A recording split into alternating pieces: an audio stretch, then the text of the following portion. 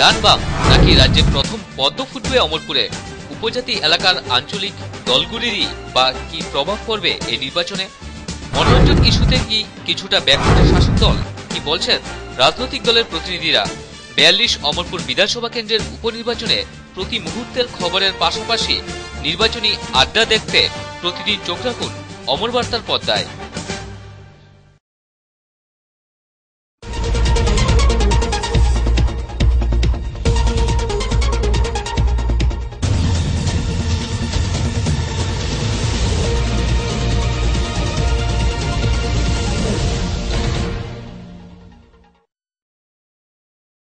নমস্কার, অমর বার্তায় আপনাদের স্বাগত।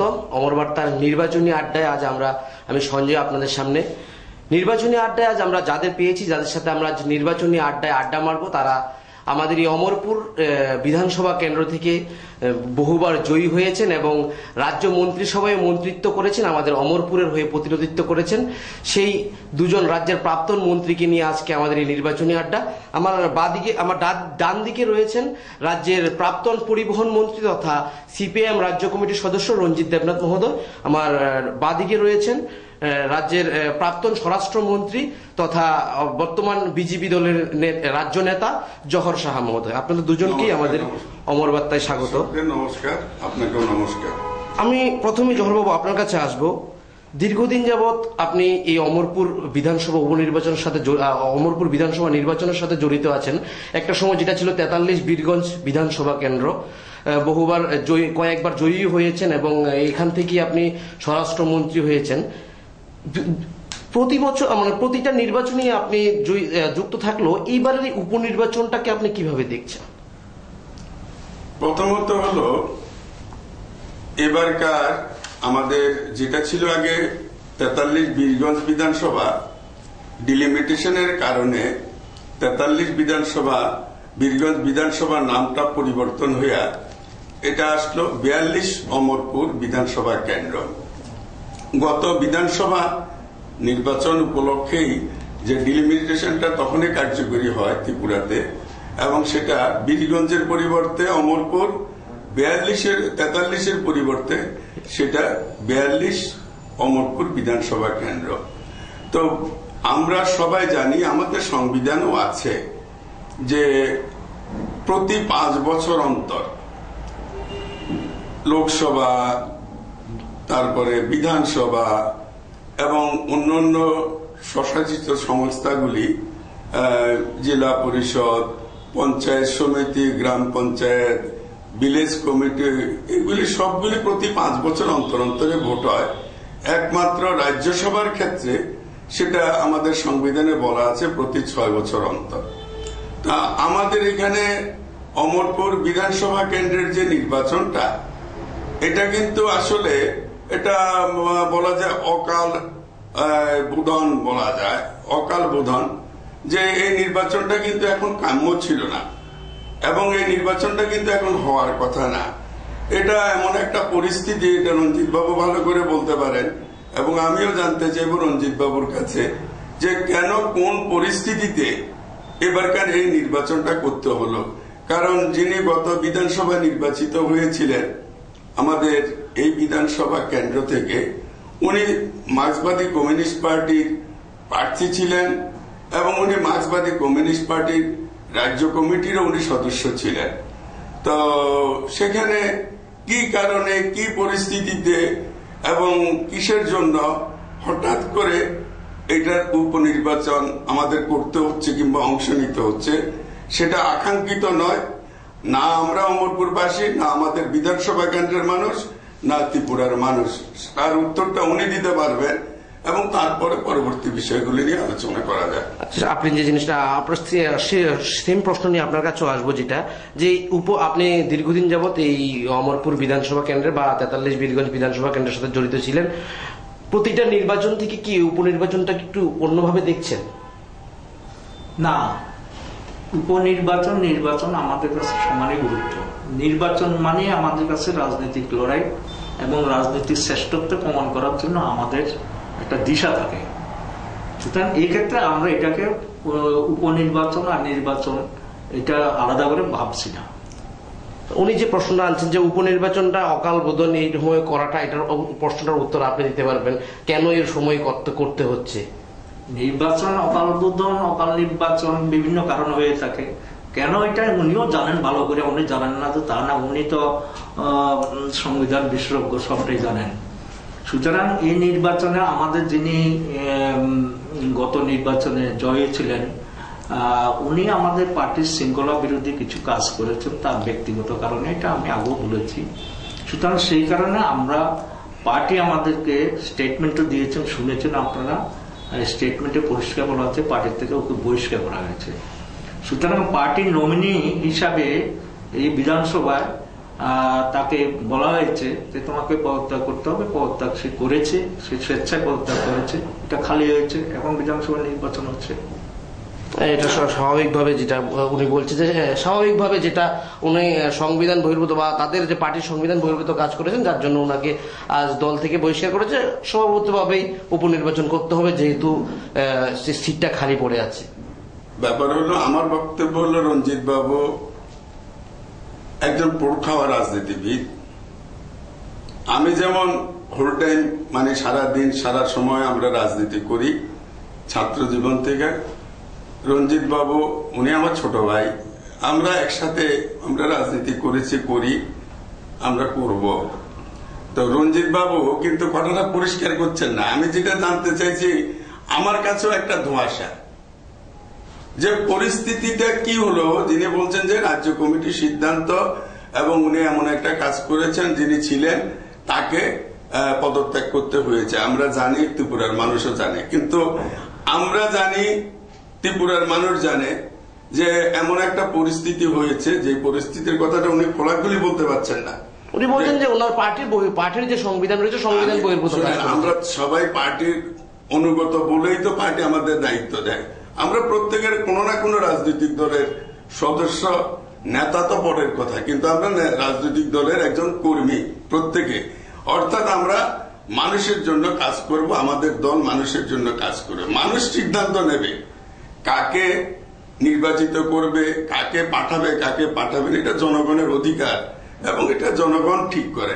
কিন্তু আমি যে প্রসঙ্গটা নিয়ে একটু পরিষ্কার হতে চাইছিলাম রঞ্জিত বাবুর কাছে, কিংবা আমি এই যে গত বেশ কিছুদিন যাবৎ ঘুরছি বিভিন্ন জায়গায়, মানুষ আমাদেরকে যে প্রশ্নটা করছে যে আসল ব্যাপারটা কি, যে কি কারণে হঠাৎ করে মনোরঞ্জন বাবু উনি পদত্যাগ করতে হইল, কিংবা এরকম কি হইল। কারণ সন্দেহটা এই কারণে আমি বলছি যে রঞ্জিত বাবুর মুখে জানতে চাইছিলাম, উনি খোলাস করছে না। আমি আর একটু ওনাকে যদি লাইনটা ধরিয়ে দিই, একটু যদি ওনাকে করে, হয়তো ওনার পক্ষে এটা সহজ হয়। যে কথাটা পত্রিকাতে কিংবা আপনাদের বিভিন্ন চ্যানেলগুলি, টিভি চ্যানেল, ইলেকট্রনিক চ্যানেলগুলিতে আসছে যে গত সম্ভবত 27শে ডিসেম্বর অমরপুর সিপিআইএম অফিসে একটা শিশু কন্যার সাথে শালীনতার ব্যাপারে তৎকালীন বিধায়ক এবং সিপিএম এর নেতা মনোরঞ্জন বাবুর কোন একটা ঘটনা সংঘটিত একটা অভিযোগ নাকি সেটা উঠছে। সত্য মিথ্যা আমরা জানি না। যদি 27 তারিখ ঘটনাটা ঘটে, নিশ্চয়ই এটা রঞ্জিত বাবু কিংবা আরো যারা দলের যারা এখানে নেতৃত্ব কর্মীদের কথা বাদই দিলাম, যেহেতু এটা একটা পার্টি অফিসের মধ্যে, তাহলে সেই ঘটনাটা ত্রিপুরার মানুষ জানলো, অমরপুরের মানুষও জানলো, এবং এটা যদি কোনটা সত্যি মিথ্যা জানি না, কিন্তু 15 দিন পর অর্থাৎ 12ই ডিসেম্বর আমরা ত্রিপুরার মানুষ জানলাম, অমরপুরের মানুষ জানলাম যে মনোরঞ্জন বাবু দল থেকে বহিষ্কৃত এবং ওনাকে নির্দেশ দিয়েছে পার্টি পদত্যাগ করার জন্য।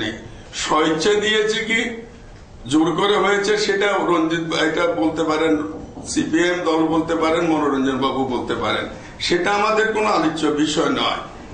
আমাদের বিষয়টা আমরা জানতাম যদি 27 তারিখ নভেম্বরের 27 তারিখ ঘটনা ঘটে থাকে, তাহলে সেটা একটা কোনো একটা দুর্ঘটনা কোথায় যদি ঘটে আমরা 10 মিনিট পরে, 1 ঘন্টা পরে, 2 ঘন্টা পরে, 5 ঘন্টা পরে জানতে পারি। কিন্তু এত একটা সেন্সিটিভ ঘটনা, একটা শিশু কন্যার সাথে ঘটনা, এই ঘটনাটা পরে 15 দিন পরে সেটা বাইরে আসলো, 15 দিন পরে মানুষ জানলো। এই যে গ্যাপটা, এটার কারণটা কি, এবং এই যে ঘটনাটা কি আসলে তার সত্যটা কি? কারণ এখানে সন্দেহটা একটু হচ্ছে কেন, মনোরঞ্জন বাবু বলছেন যে আমার বিরুদ্ধে একটা চক্রান্ত, এটা সাজানো ঘটনা। উনি বলেছেন, আপনাদের চ্যানেলও বলেছেন, অন্য চ্যানেলও বলেছেন, পত্রিকাতেও বলেছেন। কিন্তু উনি চক্রান্তটা কি, এটা কিন্তু পরিষ্কার করছেন না। আমি বলছি এই ব্যাপারটা নিশ্চয়ই আলোচনার মধ্যে যখন আসবেন, এটা রঞ্জিত বাবু বলতে পারেন, মনোরঞ্জন বাবু বলতে পারেন। আমরা তো কথা বলছি না, তার কথা বলে আপনি তো না না আমি বলি, শুনেন, আপনি তার বাড়িতে গেছেন, তার সঙ্গে কথা বলেছেন। আমি না, এই কথা যদি বলেন, আমার মনে হয় রঞ্জিত বাবু আপনার কাছে কেউ হয়তো কোনো ইনফরমেশন কেউ দিতে পারে। আপনি সবটাই জানেন না, আমি জানি না দেখেই তো আমি কইতেছি যে আমি জানতে চাই। সবটাই জানেন, আপনি সবটাই বুঝেন, সবকিছু জানেন, মানুষের মনের প্রশ্ন এটা আপনার মনে না, আমি মানুষের এই যে কত কিছুদিন যাবত আমরা ঘুরতে গিয়া মানুষ আমাদের প্রশ্ন করে, এটার জবাবটা জানার জন্যই তো আমি চাইতে আছি আপনার কাছে। আমি কি করে আমাদের কাছে জানতে চাইবে, আপনার কাছে জানতে চাই, আপনারা না জানে একটিও প্রশ্ন করেনি এখন পর্যন্ত আপনার কাছে, কিংবা আপনাদের কাছে জানতে চাইলেও তো আপনারা বলবেন। যেমন আপনি আমাকে বললেন আপনি মনোরঞ্জন বাবুর এখানে গেছেন। আমি আপনাকে সত্য কথা কই, আমি মনোরঞ্জন বাবুর এখানে যাই নাই। আর আমি যেখানে থাকি, আমার পুরান বাড়িটাও চণ্ডীপাড়ার মধ্যে, এখন যেখানে মাঝে মধ্যে থাকি সেটাও চণ্ডীপাড়ার মধ্যে। সুতরাং এখানে আপনার লোক যারা আছে তাদের জিজ্ঞাসা করেন জওহর বাবু আদৌ তাদের বাড়িতে গেছে কিনা। যদি যাই, এটা কোনো অপরাধের বিষয় না, কিন্তু প্রশ্নটা কি দাঁড়াচ্ছে আমি যাই নাই। কিন্তু আমার প্রশ্নটা আমি এখানে না, আমি গেলাম কি গেলাম না, আপনি গেলেন কি গেলেন না, আমি যে জিনিসটা জানতে চাই আপনার মুখ থেকে, আপনি যেহেতু একজন দায়িত্বশীল নেতা এবং পোড়খাওয়া রাজনীতিবিদ, এবং আপনি রাজ্যের মন্ত্রিসভায় প্রতিনিধিত্ব করছেন আমাদের এই কেন্দ্র থেকে নির্বাচিত হইয়া, এবং আমাদের এই মহকুমা আপনি রাজ্যের নেতৃত্ব দিচ্ছেন বামপন্থী আন্দোলনের। আমি সেটা স্বীকার করে নিয়ে, এবং আপনার রাজনৈতিক অভিজ্ঞতা নিরিখে যে আসলে ঘটনাটা কি, খোলাসাটা হোক না। কারণ সন্দেহটা কেন, এই যে কথাটা বললেন, রঞ্জিত বাবুকেও বলি, আপনাদেরকেও বলি, দর্শকেরা বলি, মানুষ আমাদের বলে, কেন বলে, মনোরঞ্জন বাবু বলছেন আমি চক্রান্তের শিকার, আমার বিরুদ্ধে ষড়যন্ত্র করা হয়েছে। এখন মনোরঞ্জন বাবু, আমি যুক্তি এবং তর্কের খাতিরে যদি বলি, মনোরঞ্জন বাবু এটা সাফাই গাচ্ছেন, কিংবা একটা সাফাই গাইতে আছেন যাতে উনি নির্দোষ, এটা মানুষের কাছে বলার জন্য। সন্দেহটা তখন হয়েছে পরিমল দেবনাথ, যিনি আপনাদের প্রার্থী এই বিধানসভা কেন্দ্রের, এবং উনি বিভাগীয় সম্পাদকও এখনো আছেন, দায়িত্বশীল, উনিও দায়িত্বশীল। এখন পরিমল বাবু কিন্তু সাংবাদিক এবং মিডিয়ার কাছে পরিষ্কার বললেন যে গত 27শে ডিসেম্বর আমাদের সিপিআইএম অফিসে এই ধরনের কোনো ঘটনা সংঘটিত হয় নাই। এটা কিন্তু আমার কথা না, এটা রঞ্জিত বাবুও জানেন, আপনারাও জানেন, আপনাদের চ্যানেলগুলিতে এগুলি আসছে। পরিমল বাবু আজ পর্যন্ত কোনো প্রতিবাদ করে দেন নাই যে এটা আমার কথা না, কিংবা এই যে আমার বক্তব্যটাকে এখানে বিকৃত করা হয়েছে। ফলে এখানে আমাদের একটা সন্দেহ, অমরপুর মানুষের একটা সন্দেহ, এটা রাজনীতির ঊর্ধ্বে। কারণ যে বিষয়টা নিয়ে এই উপনির্বাচনটা হইতে যাইতে আছে, সিটটা খালি হয়েছে, এটা খুব লজ্জা এবং এটা খুব দুঃখের, এটা বেদনা। একটা বাচ্চা শিশুকে নিয়ে ঘটনা যদি হয় কিংবা নাও হয়, কিন্তু পরিমল বাবু সত্য কথা বলছেন। কিংবা ওই দিন যখন কইছেন যে পরিমল বাবু কথাটা সত্য, মনোরঞ্জন বাবু যে কথা করেন, পরিমল বাবুর বক্তব্য এটা সমর্থন করলো। এরপর রাজ্য কমিটির এই সিদ্ধান্ত কিংবা আপনাদের বক্তব্য, এটাই তো খটকা লাগে। এখানেই তো আমাদের সন্দেহ যে আসল ব্যাপারটা কি। এটাই আমার বক্তব্য। এখানে আসছে আপনার কাছে যে আমরা আলোচনা জারি থাকবে, আমাদের সময় হয়েছে একটা ছোট্ট বিজ্ঞাপন বিরতির পর আমাদের এই আলোচনা আরো জারি থাকবে।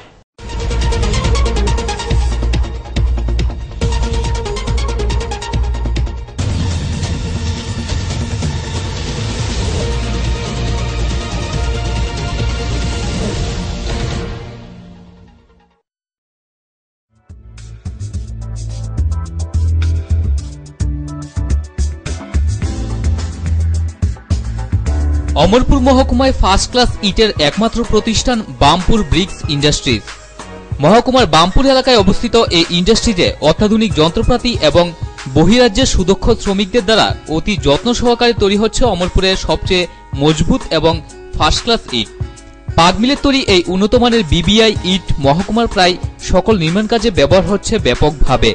তাছাড়া এই বছরের নতুন ইট এসে গেছে আমাদের স্টকে। আগামী 15 জানুয়ারি পর্যন্ত প্রতি 1000 ইট ক্রয়ে পাবেন বিশেষ ছাড়। রাস্তাঘাট, ঘরবাড়ি সহ যে কোনো নির্মাণ কাজে পাট মিলের তৈরি শক্তিশালী বিবিআই ইট সংগ্রহ করতে আজই যোগাযোগ করুন। বামপুর ব্রিক্স ইন্ডাস্ট্রিজ, প্রযত্নে সঞ্জয় রায় এবং সেলিম আহমেদ। অফিস অমরপুর দক্ষিণ বাজার, শাস্ত্রীজি সঙ্গের পাশে। ফোন নম্বর 9436472522 এবং 9436471893।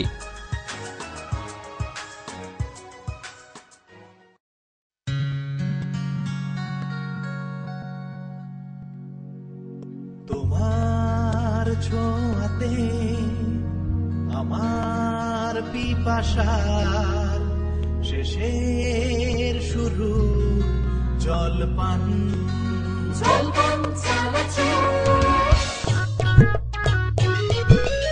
এলাহি আড্ডার ভাগে রাখে হরি মার্কে তোর ছাপ ফেলে খুনসুটি ভুলে ফর্মেলিটি জলপান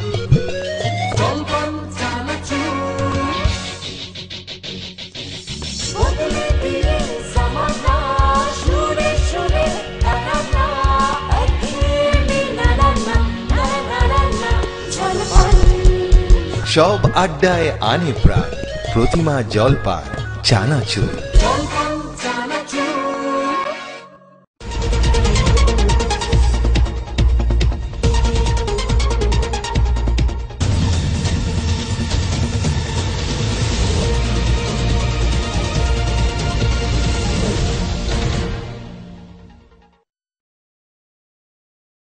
বিরতির পর আপনাদের স্বাগত আমাদের নির্বাচনী আড্ডায়। আমরা আজ নির্বাচনী আড্ডায় রাজ্যের দুই প্রাক্তন মন্ত্রীর সাথে আজ আমরা নির্বাচনী আড্ডা করছি। আচ্ছা রঞ্জিত বাবু, আপনার কাছে আসবো যে এই যে মনোরঞ্জন কাণ্ড নিয়ে উনি যে অভিযোগগুলি তুলছেন এবং তারা বিভিন্ন রাজনৈতিক দলগুলি, যেমন বিরোধী যে আপনাদের রাজনৈতিক দল কংগ্রেস এবং বিজেপি বলুন, তারা কিন্তু তাদের যে রাজনৈতিক যে নির্বাচনী প্রচার, সেই প্রচারের মধ্যে কিন্তু মনোরঞ্জন ইস্যুটাকে বেশি বলছে এবং তারা এটাকে ইস্যু করে নির্বাচনী লড়াই করছে এরকম বোঝা যাচ্ছে। কিন্তু সেই জায়গায় আপনাদের দলের যে নির্বাচনী প্রচার হয়, সেই প্রচারে কেন এই জিনিসটাকে ক্লিয়ারিফাই দেওয়া হয় না যে তারা যে অভিযোগটা তুলছে বারবার, সেটা ক্লিয়ারিফাই কেন দেওয়া হয় না? আমাদের ক্লিয়ারিফাই কিছু নেই। বিপুল মানুষের সামনে এই ইস্যুটা এখন কোনো ইস্যুই না। মনোরঞ্জনের বিষয় নিয়ে আমাদের পার্টি স্টেটমেন্ট পরিষ্কার যে মনোরঞ্জন বাবু যে শিশুর সঙ্গে তার ব্যক্তিগত আচরণ যেটা ঘটেছে, এটার স্টেটমেন্ট অনুযায়ী আমাদের পার্টি তার সততা খুঁজে পেয়েছে বলে তাকে পার্টিতে বহিষ্কার করেছে এবং বিধানসভা থেকে তাকে পদত্যাগ করতে বাধ্য করেছে।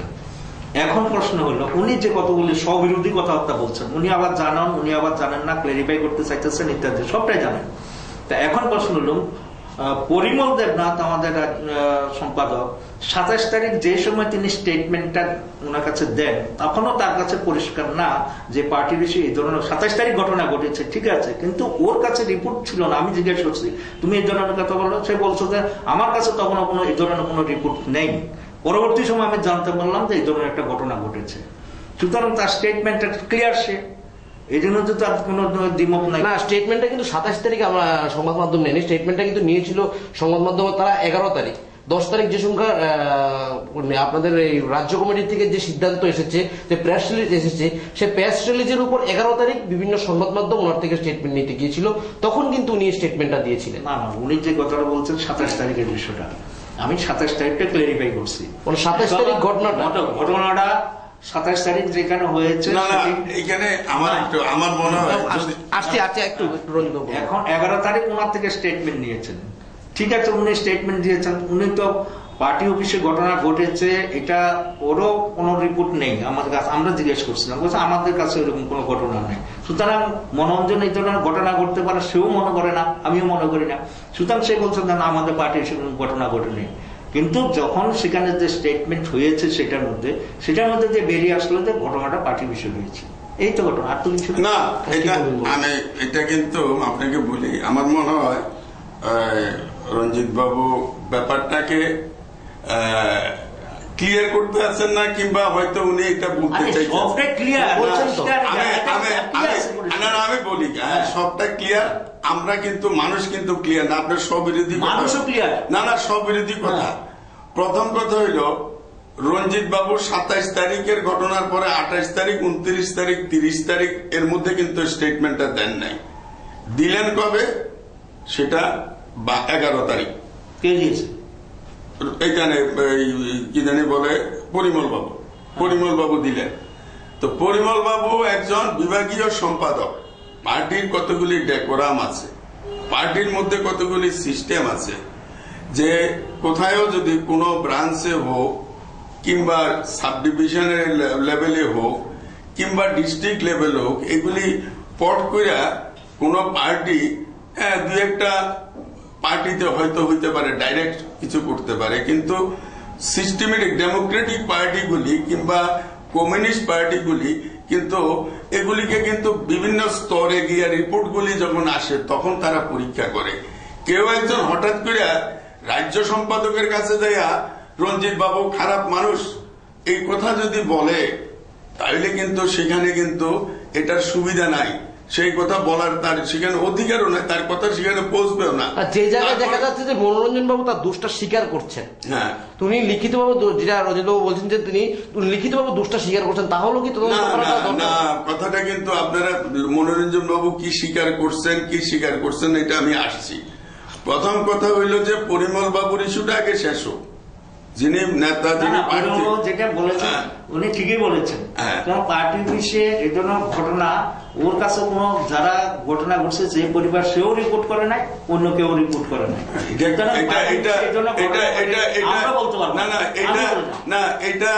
এটা তো আমার মনে হয় মানে অত্যন্ত এটা মানে পার্টির যে সিস্টেম ডেকোরাম যেটা সিস্টেম তো আপনারা আমি জানি এই কারণেই বলি যে পার্টি রাজ্য সম্পাদকের কাছে কিংবা উচ্চ স্তরের পার্টির কোন নেতৃত্বের কাছে কোন সরাসরি, যেটা একটা কন্ট্রোল কমিশন থাকে, প্রত্যেকটা পার্টির ডিসিপ্লিনারি কারো কন্ট্রোল কমিশন থাকে, কারো ডিসিপ্লিনারি কমিটি থাকে, এরকম বিভিন্ন কমিটি থাকে। যদি কোনো পার্টির মধ্যে কেউ যদি কোনো দল বিরোধী কাজ বিভিন্ন কাজ করে তাহলে তাদের বিরুদ্ধে শাস্তিমূলক ব্যবস্থা নেয়। কিন্তু এখানে দেখা গেল কি যে রঞ্জিত বা মনোরঞ্জন বাবুর ঘটনার পরিপ্রেক্ষিতে পরিমল বাবুর বক্তব্য এটা কিন্তু দুটাই কিন্তু একরকম আছে, চক্রান্তের শিকার। পরিমল বাবু বললেন এটা কোনো ঘটনা, একজন বিভাগীয় সম্পাদক যিনি এখানে থাকেন, যিনি হোল টাইমার, পার্টির একজন হোল টাইমার, পার্টি অফিসে যার আস্তানা 24 ঘন্টার মধ্যে অন্তত 20 ঘন্টা, আরে 15 থেকে 16 ঘন্টা 17 ঘন্টা থাকেন। এত বড় ঘটনা পার্টি অফিসে ঘটলো, এটা পরিমল বাবুর গোচরে গেল না, বিভাগীয় সম্পাদকের কাছে গেল না, রাজ্যের সম্পাদকের কাছে গেল। কথাটা কিন্তু আমার মনে হয় এটা একটা স্ববিরোধী হইতে আছে। আচ্ছা জহর বাবু, আপনার কাছে একটা জিনিস যেটা জানবো, আপনি যেটা বলছেন যে মনোরঞ্জন বাবু চক্রান্তের শিকার, যেটা আপনি বলছেন যে চক্রান্তের শিকার হতে পারে, ওনার কথা অনুযায়ী বা পরিমল দেব ওনার কথা অনুযায়ী আপনি বলছেন চক্রান্তের শিকার, তাহলে কি আপনারা যখন যে মনোরঞ্জন বাবুর ঘটনাটা শোনার পর আপনারা যে আন্দোলনে নামলেন রাস্তায়, তখন কি আপনারা জানতেন না বা ঘটনাটা আপনারা জানার চেষ্টা করেননি কি হয়েছিল ঘটনাটা, আপনারা ওনাকে গ্রেফতার করার জন্য আন্দোলন করেছিলেন? আমরা কেন, আমরা কাছে যখন ঘটনা আমি বলছি আমাদের ভারতীয় জনতা পার্টি যখন পত্রিকাতে এটা প্রকাশ হলো, মানুষ যখন জানলো, টিভি চ্যানেলগুলি, ইলেকট্রনিক্স মিডিয়াগুলি যখন দেখলো যে এরকম একটা ঘটনা কথা মানুষের কাছে, তখনই আসে। সেটা 15 দিন পর, ঘটনা ঘটার 15 দিন পর, 27শে নভেম্বরের পর 12ই ডিসেম্বর, 10 ডিসেম্বর প্রকাশ হয়েছিল। 10 ডিসেম্বর প্রকাশ হয়েছে, কিন্তু হ্যাঁ 10 ডিসেম্বর, 27শে ডিসেম্বরের নভেম্বরের পরে 10 ডিসেম্বর প্রকাশ হয়েছে। এখন আমরা তখন যদি আমাদের বক্তব্যটা ছিল কি, আজকেও আমরা বলছি যে মনোরঞ্জন বাবু যদি দোষ করে থাকেন, দোষী হন, তাহলে তার শাস্তি পেতে হবে। আমি একটা কথা ওনার কাছে জানতে চাই যে রঞ্জিত বাবুর কাছে, যে মনোরঞ্জন বাবুর বিরুদ্ধে অভিযোগ, দল শাস্তিমূলক ব্যবস্থা নিল, দল তাকে এমএলএ শিপ থেকে পদত্যাগ করতে, মনোরঞ্জন বাবু কি বলেছেন? আমাকে বলেছে তুমি কাগজে সই দিয়ে দাও। আমি না, সে বলছে পার্টির সিদ্ধান্ত। আমি জিজ্ঞাসা করেছি আমার এটা পত্র পত্রিকা টিভিতে আসছে। না না, নিশ্চয়ই আমি যেটা টিভিতে দেখছি, আমি টিভিতে দেখছি, পত্রিকাতে দেখছি মনোরঞ্জন বাবুর স্টেটমেন্টটা। আপনিও দেখছেন, আপনি হয়তো স্বীকার করতেন না, আপনি স্বীকার করতেন না, তার সঙ্গে কথা বলছেন, বিজেপি চেষ্টা করছেন কে? আমি বিজেপিতে দাঁড়াবো নাকি দাঁড়াবো না সেটা আমার দলের ব্যাপার। আমি না না, আমি পরে করানোর জন্য চেষ্টা করছেন, আমি কইতেছি, আপনার এই ব্যাপারে জানতে চাইলে আমি কমু। আচ্ছা, সেখানে হইল যে মনোরঞ্জন বাবু বললে যে আমাকে পার্টির সিদ্ধান্ত তুমি স্বাক্ষর করো, কাগজ টাইপ করে নিয়ে আসলো, আমি স্বাক্ষর করেছি। সাংবাদিকেরা জিজ্ঞাসা করলো কেন আপনি এই ব্যাপারে কিছু বলতে চাইলেন না? বলে আমি বলতে চাইছি, তারা আমার কথা তারা কেউ শুনলই না, আমাকে বললো যে এটা পার্টির সিদ্ধান্ত। আমি আপনার তো বলছেন এটা পার্টির সিদ্ধান্ত, মনোরঞ্জন বাবু আপনি বলেন এটা পার্টির সিদ্ধান্ত, মনোরঞ্জন বাবু বলছেন যে আমাকে বলছে পার্টির সিদ্ধান্ত। আমার কথা হলো মনোরঞ্জন বাবু যদি দোষী হয় আমরা প্রার্থনা করি এবং আমরা এই ব্যাপারে বলি ওনার সেই দৃষ্টান্তমূলক শাস্তি হোক। তাহলে কিন্তু এই জায়গায় প্রশ্ন আসে, যেহেতু ওনার যে অপরাধটা এটা কোর্টে বিচারাধীন চলছে, যেহেতু বিচারাধীন চলছে তাহলে এখনো কিন্তু আমরা বলতে পারছি না যে উনি দোষী কি দোষী না। সেই জায়গাতে দাঁড়িয়ে কিন্তু আপনারা আজ বলছেন যে উনি চক্রান্তের শিকার হতে পারেন, তাহলে কি আপনারা কোর্টের সিদ্ধান্তের আগেই বলতে পারছেন উনি চক্রান্তের শিকার? আমরা একবারও এই কথাটা বলি না যে উনি চক্রান্তের শিকার হয়েছেন। আমার বক্তব্য হলো মনোরঞ্জন বাবু বলেছেন আমি চক্রান্তের শিকার, পরিমল বাবু বলেছেন এই ধরনের ঘটনা হয়নি। তাহলে এখন যিনি ভিকটিম উনি বলছেন এই ধরনের চক্রান্তের শিকার, যিনি বিভাগীয় সম্পাদক উনি বললেন এরকম ঘটনা ঘটেনি।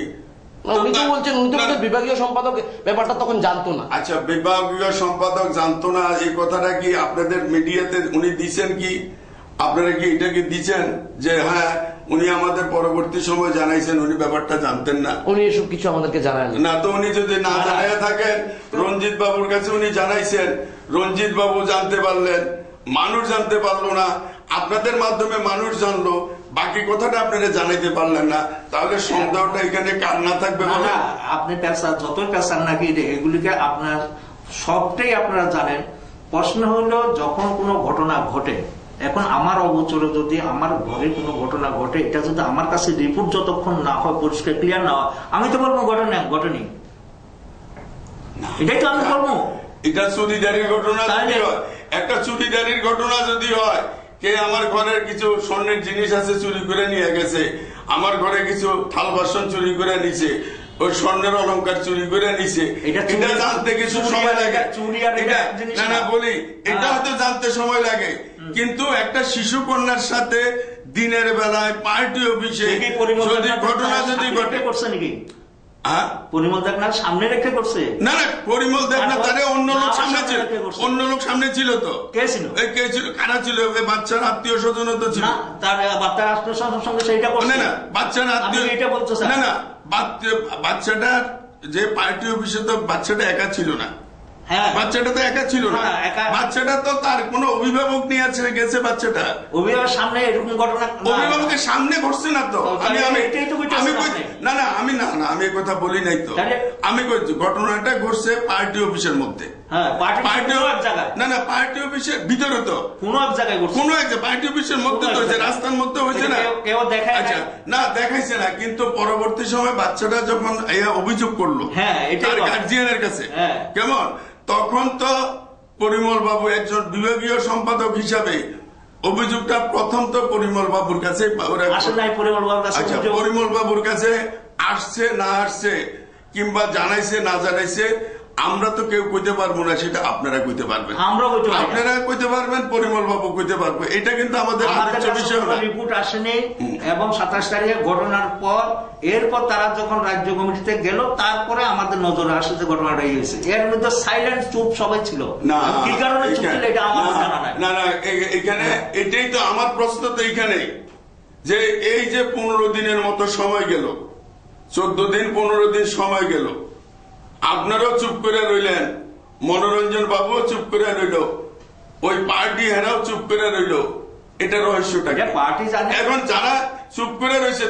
মনে হইতে আছে যে কি হয়েছে না হয়েছে এটা আপনারা জানেন, আমরা জানি না, কিন্তু এরপর কিছু একটা ঘটনা ঘটছে, কিছু একটা ব্যাপার হয়েছে, এবং ব্যাপারটা কি খোলাসা করার লেগেই তো আপনাকে জানতে চাইলাম যে আপনি বলতে পারেন ভালো করে আসল আমার কাছে যেটা বলছেন ওনার কাছে রিপোর্ট নেই, আপনি তার কাছ থেকে ভালো করে জানিয়েছেন। আমরা এই আলোচনায় আমরা অন্য টপিকসে আসছি, আরো আলোচনা নিয়ে আমরা একটা ছোট্ট বিরতি নিচ্ছি, বিরতির পর আমরা আসছি আবার আলোচনায়।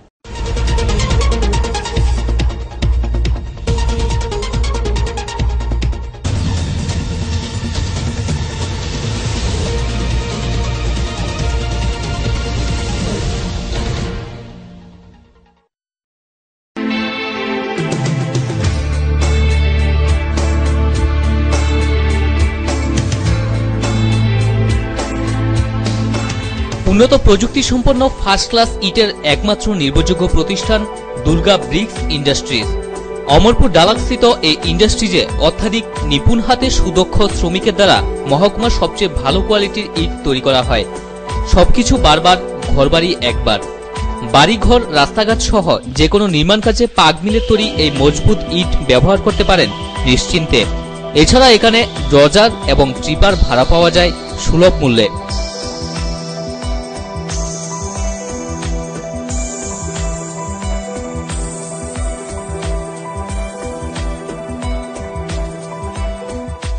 ভূমিকম্পন তৃতীয় জোনে থাকা এই এলাকার যে কোনো নির্মাণ কাজে মজবুত ইট সংগ্রহে আজই আসুন দুর্গা ব্রিক্স ইন্ডাস্ট্রিজ। প্রযত্নে শ্রী তাপস সাহা। অফিস অমরপুর মধ্যবাজার, ইউকো ব্যাংকের বিপরীত পাশে। মোবাইল নম্বর 9436471391 এবং 8974810909।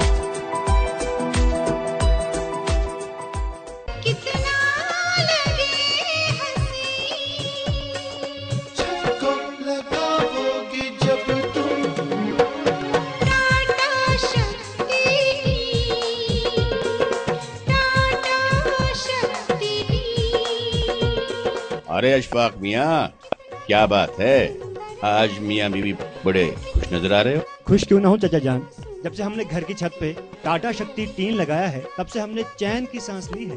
अब न छत से पानी टपकने का डर और ना ही बर्फ का कोई खौफ। टाटा शक्ति टीन लगवाने की सलाह भी तो आपने ही दी थी। टाटा शक्ति टीन को वर्ल्ड क्लास तकनीकी सलाहियतों को बरकार लाते हुए बनाया गया है। टाटा शक्ति टीन हिंदुस्तान में सबसे ज्यादा बिकने वाला टीन है। कोई यूं ही टाटा शक्ति टीन लगवाने की सलाह नहीं देता। অনুমোদিত dealer Kalika hardware, Amarpur Madhyabazar, Amarpur Gomati, Tripura. Phone করুন 9436185224 এই নম্বরে।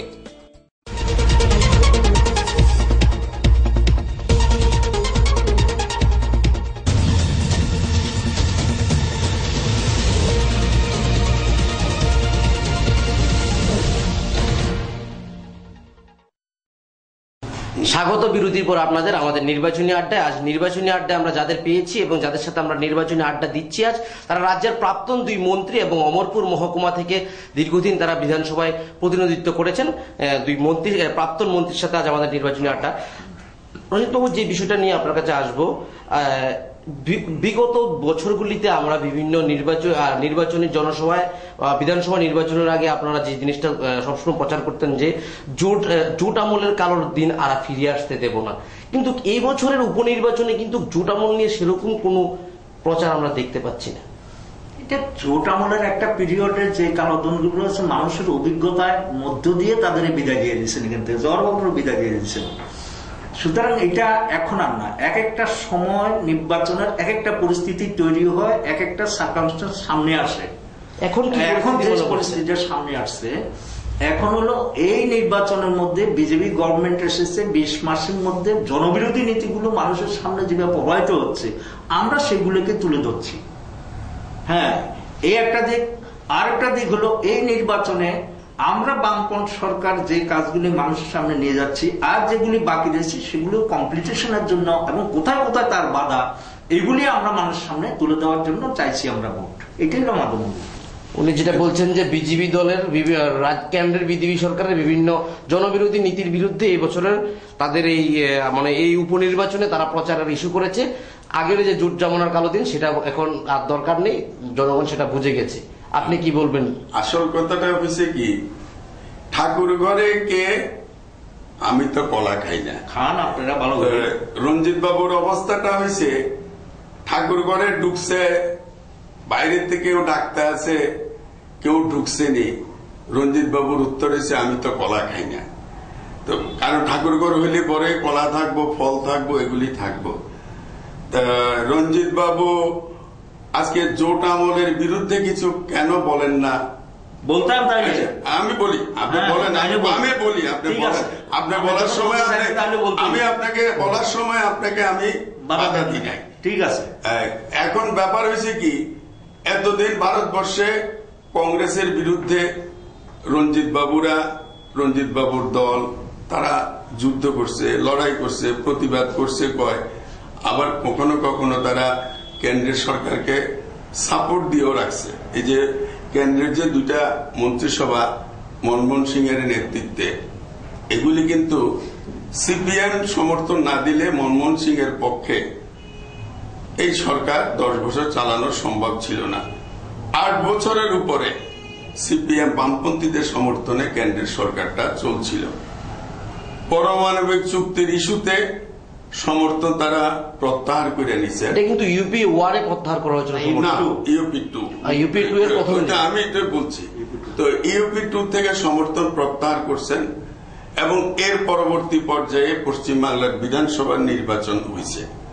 তো হওয়ার পরে ওনাদের মধ্যে যেটা বেঙ্গল লবি এবং কেরালা লবি, এই যে দ্বন্দ্বটা, কেরালার লবি তারা হইল এন্টি কংগ্রেস লবি, আর বেঙ্গল লবিটা যে মমতা ব্যানার্জি এবং তাদেরকে রক্ষার জন্য প্রয়োজনে কংগ্রেসের সাথে সেখানে একটু আতাতের প্রশ্নটা, এটাকে তারা একটু তাদের সাথে সংঘর্ষে আমরা যাবো না। পার্টির লাইন একটাই, আমি লবি টবি নাই। আচ্ছা, আমি আপনি বলেন না, আপনি বললে পরে তো ঠিক আছে, আমি আপনার বলার সময় আপনি কমিউনিস্ট পার্টি আছিলেন। আচ্ছা, আসিলাম তো, আমি এই কারণেই আমি বলি।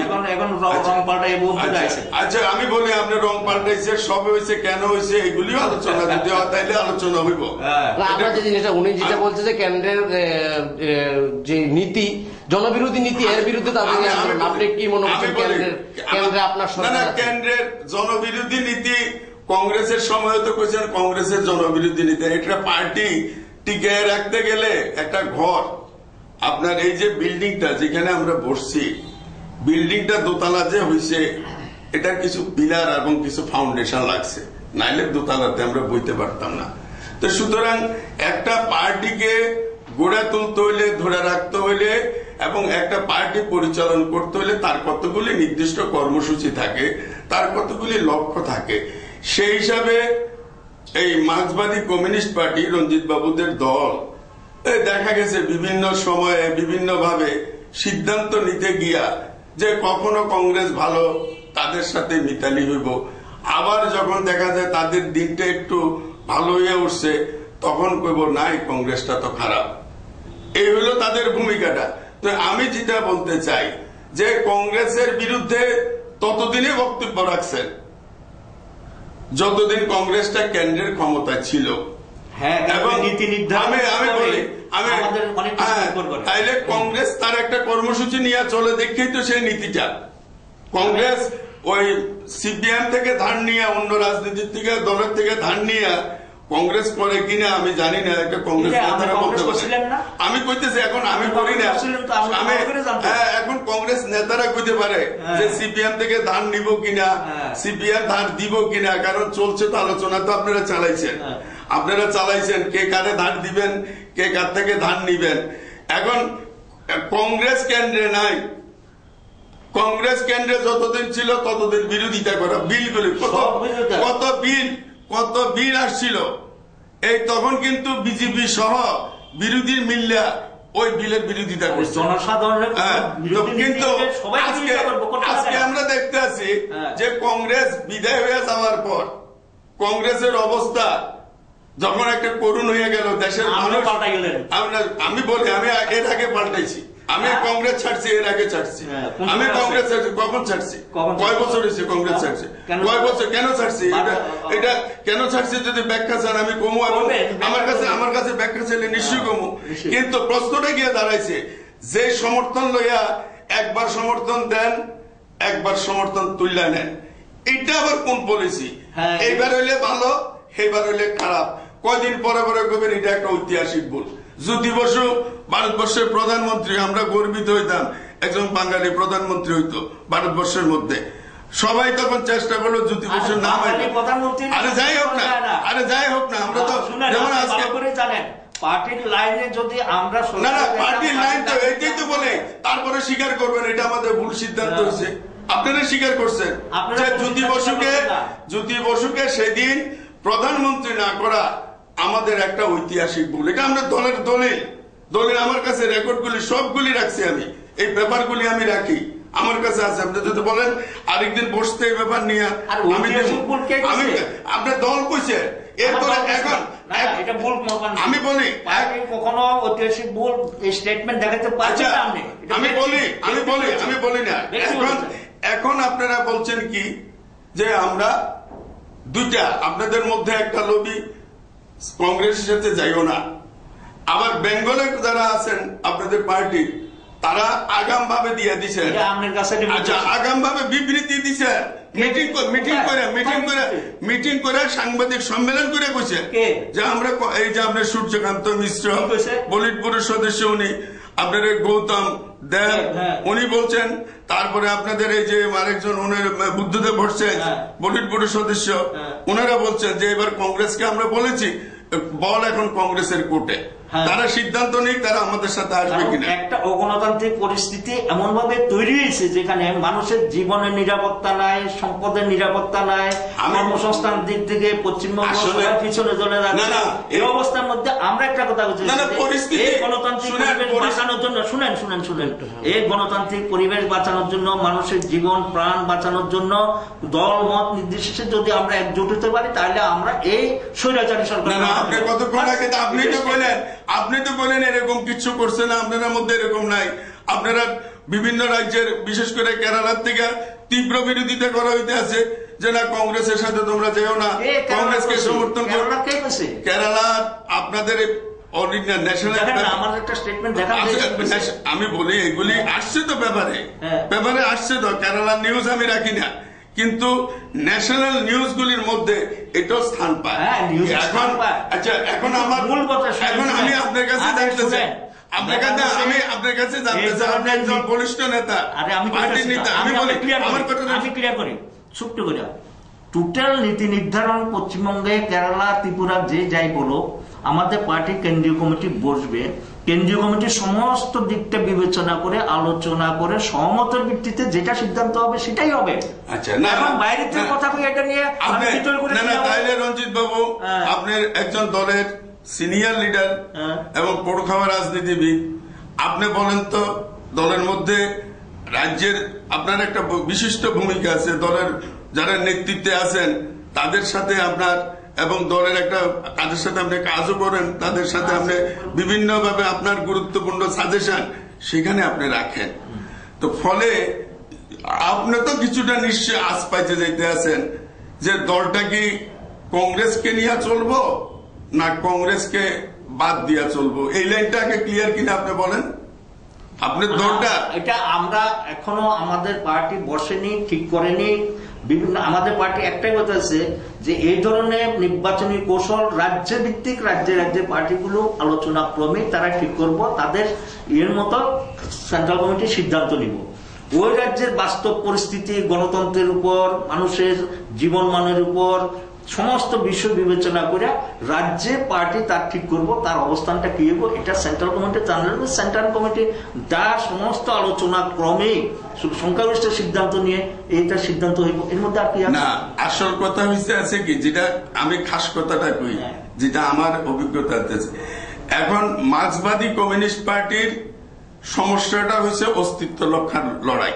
না না, আমার অস্তিত্ব রক্ষার লড়াই না, না আপনি স্বীকার করেন না করেন, স্বীকার করেন না করেন, আমি আপনাকে বলি, আজকে মার্ক্সবাদী কমিউনিস্ট পার্টির বর্তমান অবস্থা ভারতবর্ষের রাজনীতিতে অস্তিত্ব রক্ষা করার লড়াই। এখন এই অস্তিত্ব লড়াই আমি বলি, আপনি মানেন না মানেন, ভারতবর্ষের মানুষ দেখছে। আমি বলি করেন যে সংসদীয় রাজনীতিটা সবকিছু, আমরা সংসদীয় রাজনীতিটা সবটা মনে করি না। আমরা জনগণের লড়াই সংগ্রামের মধ্য দিয়ে নিয়ে যাওয়ার জন্য আমরা এই সংসদীয় রাজনীতিটা ব্যবহার করি। আপনারা এই ক্ষেত্রে এই লাইন থেকে সরে আইছেন, আমাদের পার্টি এই লাইন থেকে সরে আইছেন দেখেই তো অবস্থা।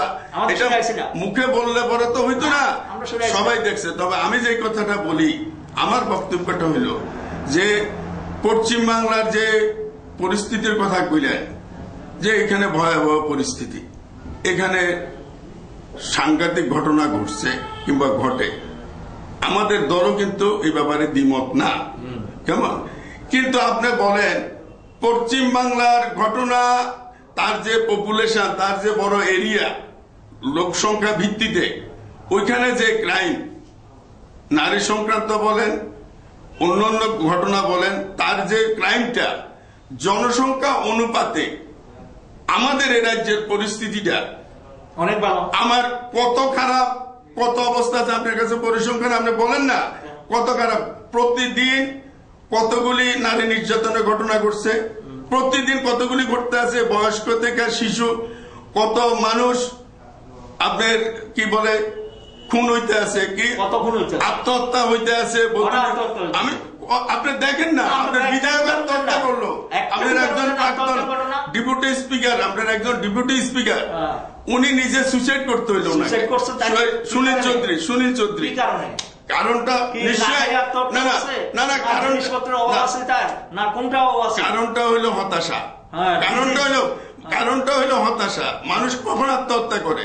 হতাশা, পরিস্থিতি সৃষ্টি হয় যে আমি ব্যক্তিগত হতাশা না, ব্যক্তিগত না, এটা আমাদের তাইলে ব্যক্তিগত হতাশার থেকে এত লোক কেন আত্মহত্যা করবো? এত লোক আপনি বলেন না, নারী নির্যাতন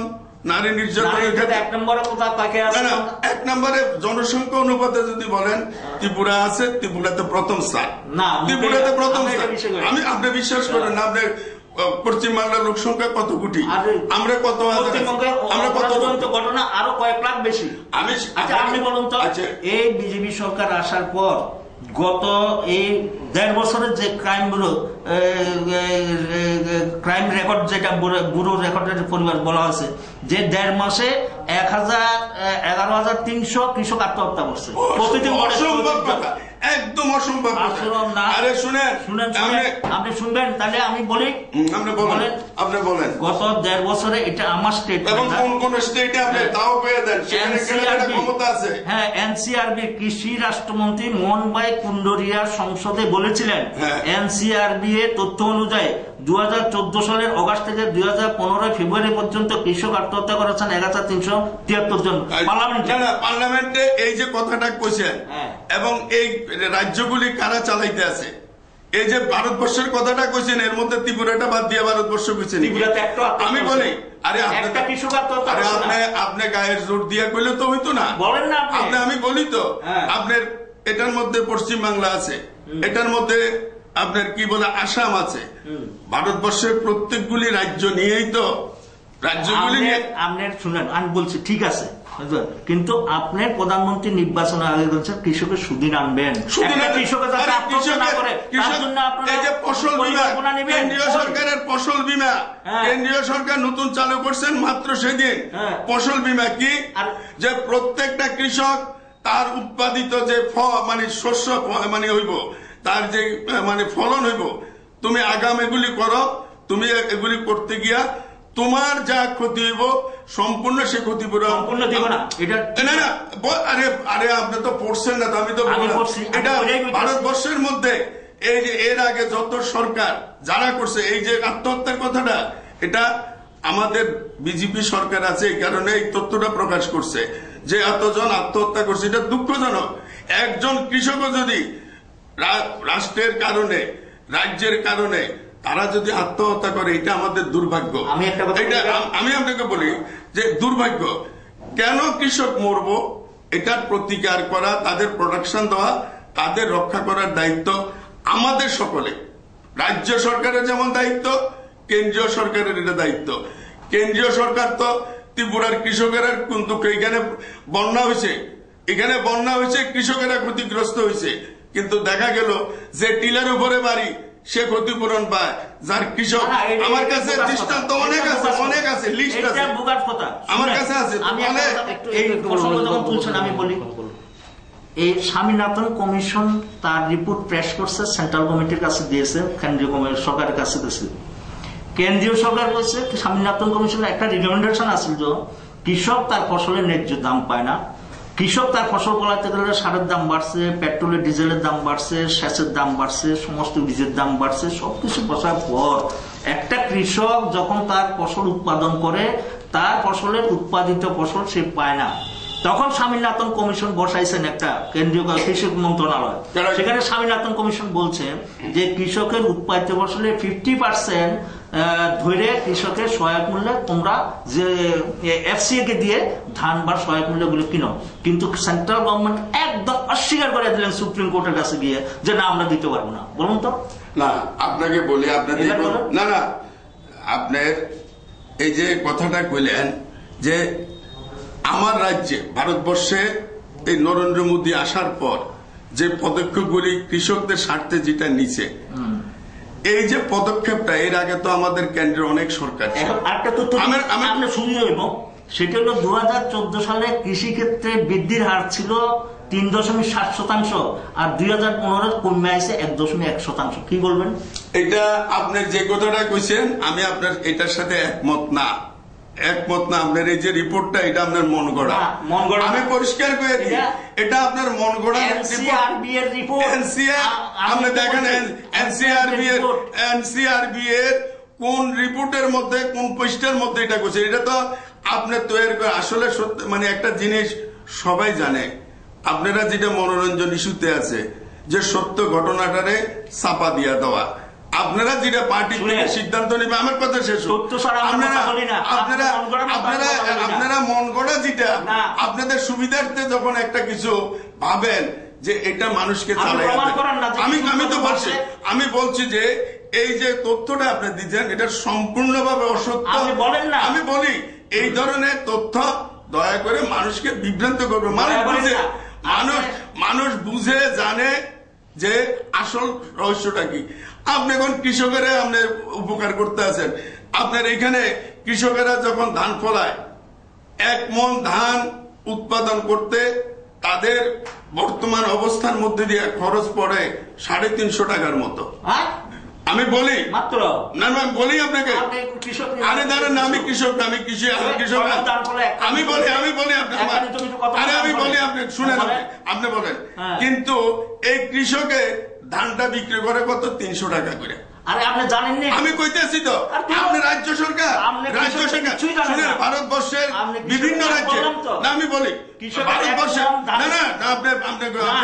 আপনি ভারতবর্ষের বিভিন্ন রাজ্যে কৃষকের ধান কেনার জন্য বিভিন্ন কাউন্টার করে সিজনের আমরা রাজ্য সরকারের মাধ্যমে তো এফসিআই কে আপনার থেকে এমনি কিনে নিব, রাজ্য সরকারের এজেন্সির মাধ্যমে কিনে আপনারা রাজ্য সরকার।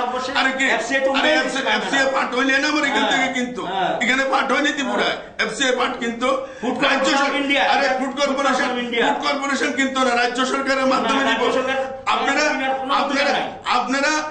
আপনারা বাজার করে আপনারা নিবেন কৃষক থেকে কত? আমি 600 টাকা করে নেব, 500 টাকা করে নেব। একটা রেট থাকে, কেন্দ্রীয় সরকার একটা রেট দিয়ে দেয়। আমি বলি আরে কত দিচ্ছে রাজ্য সরকার? কেন্দ্রীয় সরকার যদি কোনোখানে কম দিয়ে থাকে তাহলে রাজ্যের তো দরকার ছিল না। রাজ্য সরকারের দায়িত্ব যে এটা কম দাম তুমি আমাকে আপনার সুপারিশ তো পাঠাইতে, আমরা কয় পয়সা খরচ যাবে আমরা সুপারিশ পাঠাইতে? আমরা কুইন্টাল প্রতি 1200 টাকা তো ধরে করছিলাম। আপনারা কই করছেন? আমাদের সময় ছোট্ট বিরতি, আমরা আলোচনা জারি থাকবে। ছোট্ট একটা বিরতির পর আমাদের আলোচনা জারি থাকবে।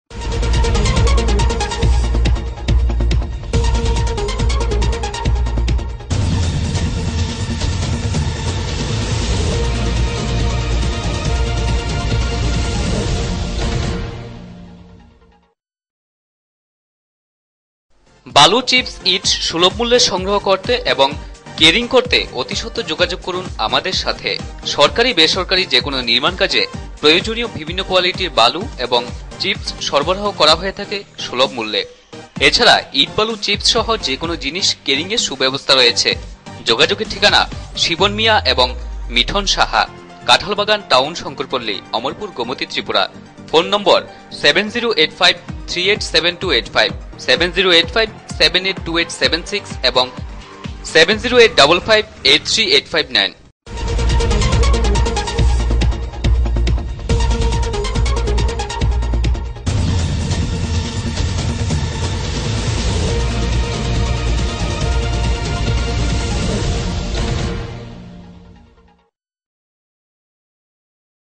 বিরতির পর আপনাদের স্বাগত আমাদের নির্বাচনী আড্ডায়। নির্বাচনী আড্ডায় আমরা আজ কথা বলছি রাজ্যের দুই প্রাক্তন মন্ত্রীর সাথে। জহরবাবু, আপনার কাছে আসবো। আপনি 43 বীরগঞ্জ বিধানসভা কেন্দ্রের হয়ে দীর্ঘদিন প্রতিদ্বন্দ্বিতা করেছেন কংগ্রেস দলের হয়ে, এবং এক সময় নির্দলের হয়েও করেছিলেন। আসছি আপনার কাছে আসছি। একটা সময় আপনি স্বরাষ্ট্রমন্ত্রী ছিলেন। স্বরাষ্ট্রমন্ত্রী থাকাকালীন বা বিধায়ক থাকাকালীন এই 43 বীরগঞ্জের মানুষের জন্য কি কি উন্নয়নমূলক কাজ আপনি করেছেন? আমি মন্ত্রিত্ব থাকাকালীন অবস্থায় এইটুকু বলতে পারি যে একটা মানুষের উপরে কোনো রাজনৈতিক প্রতিহিংসা বলেন কিংবা অন্য কোনো ঘটনা বলেন, একটা ঘটনা, আমি বলছি একটা ঘটনা, আমাদের সরকার থাকাকালীন অবস্থায় গোপাল দাস আমাদের তৎকালীন যুব কংগ্রেসের ভাইস প্রেসিডেন্ট ছিলেন। দিনের বেলা খুন হয়েছেন, রঞ্জিত বাবু জানেন ভালো করে, রঞ্জিত বাবুর বাড়ির কাছে, বেশি দূরে না। কিন্তু এই ঘটনার পরও জিজ্ঞাসা করেন আমরা কোন ঘটনা সংগঠিত করতে দিছি কিনা। আমি বলে আমার কথা শেষ। ফলে আমি স্বরাষ্ট্রমন্ত্রী যখন ছিলাম কিংবা রাজ্যের আরো বিভিন্ন দপ্তরে মন্ত্রী যখন ছিলাম, আমি চেষ্টা করেছি আমার এই এলাকার কে সিপিএম, কে কংগ্রেস, কে কোনটাল, এটা না, যারা প্রকৃত প্রাপক মানে পাওয়ার অধিকারী তাদের মধ্যে বিলি বন্টন করার জন্য। তখন আমাদের বাজেটটা কত ছিল, আজকে বর্তমানে রাজ্য সরকারের যে বাজেট, এটা কত গুণ এখন বাড়লো। একটা ব্লক অফিসে যে বাজেট এখন আসে কেন্দ্রীয় স্কিম, রাজ্য সরকারের স্কিমে, তখন আমাদের এই রাজ্যে আমরা যখন মন্ত্রী ছিলাম আমাদের বাজেটটা ছিল তখন সে সীমিত একটা ব্লকে টাকার মতো। এরপরও আমরা আমার এই অমরপুরের বিভিন্ন জায়গায় আমরা উন্নয়নমূলক কাজে, যে মৈলাকছড়ার ব্রিজ, আমি দৃষ্টান্ত আপনারা বেশি, আমি তো দিলে পরে অনেকগুলি দিতে হইব।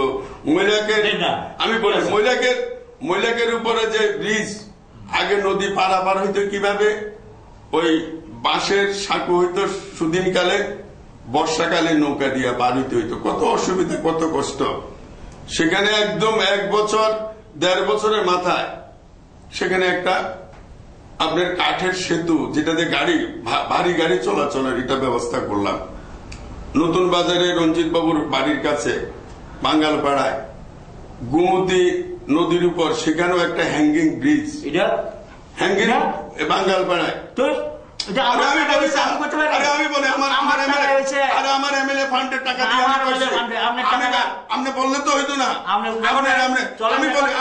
আমি বলি তো আমি বলি আমি না মিথ্যা কথা, আপনি মিথ্যা কথা বলেন, আপনি মিথ্যা কথা বলেন।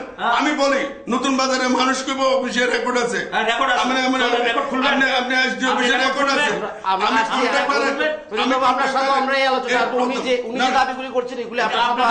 আমি বলি আমাকে বলতে দিন, এই ব্রিজটা আমার এমএলএ ফান্ডের টাকা থেকে আমি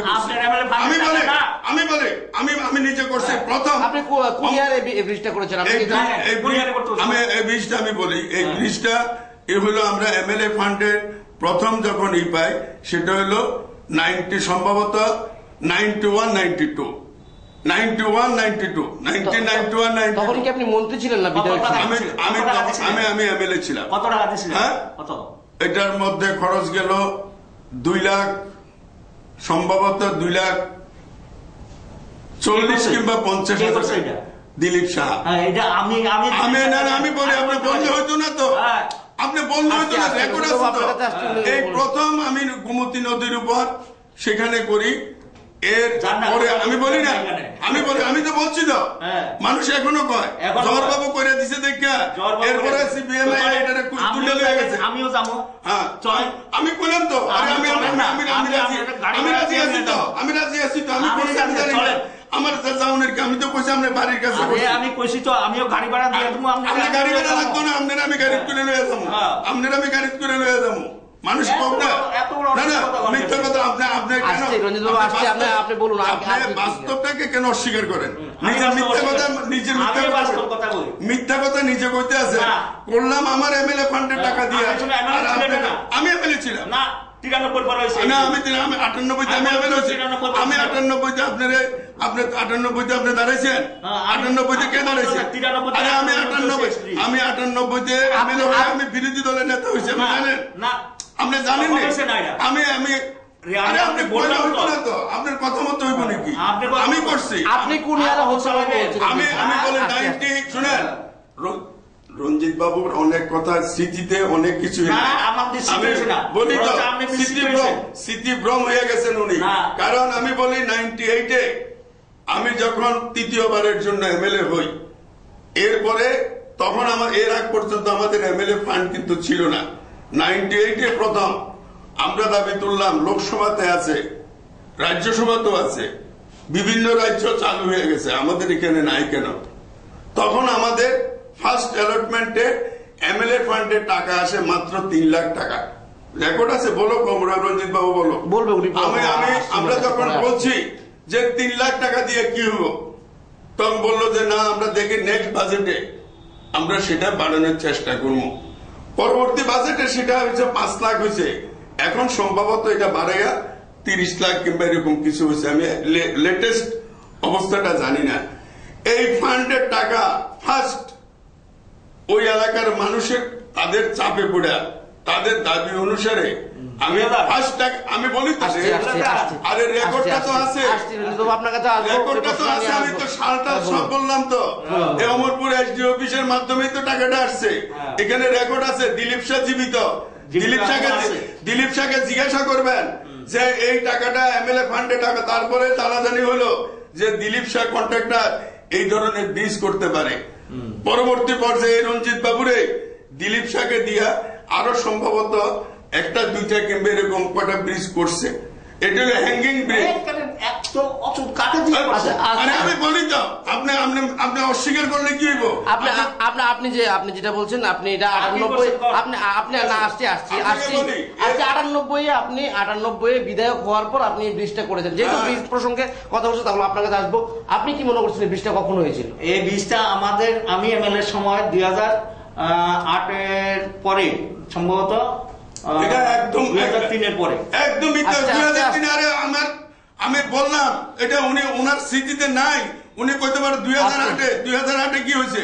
2002 ফার্স্ট গোমতী নদীর উপরে ব্রিজ হয়েছে। এবং এখানে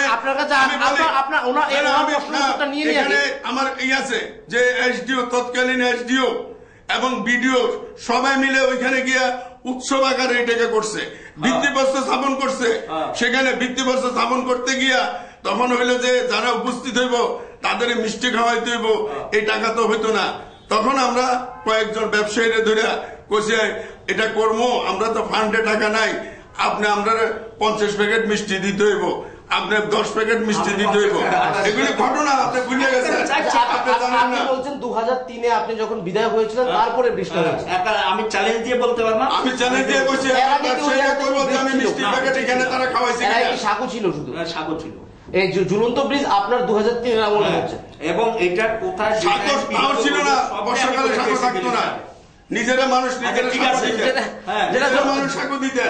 যেহেতু দুজন দুপক্ষের আলোচনা করছেন, এটা জনতা বলতে পারবে যে ওই এলাকার যারা লোক রয়েছে তারা বলতে পারবে কে করেছে। সুতরাং আমরা এ প্রসঙ্গে আর আলোচনা, আপনাকে যেটা আর কি কি করেছেন আপনি?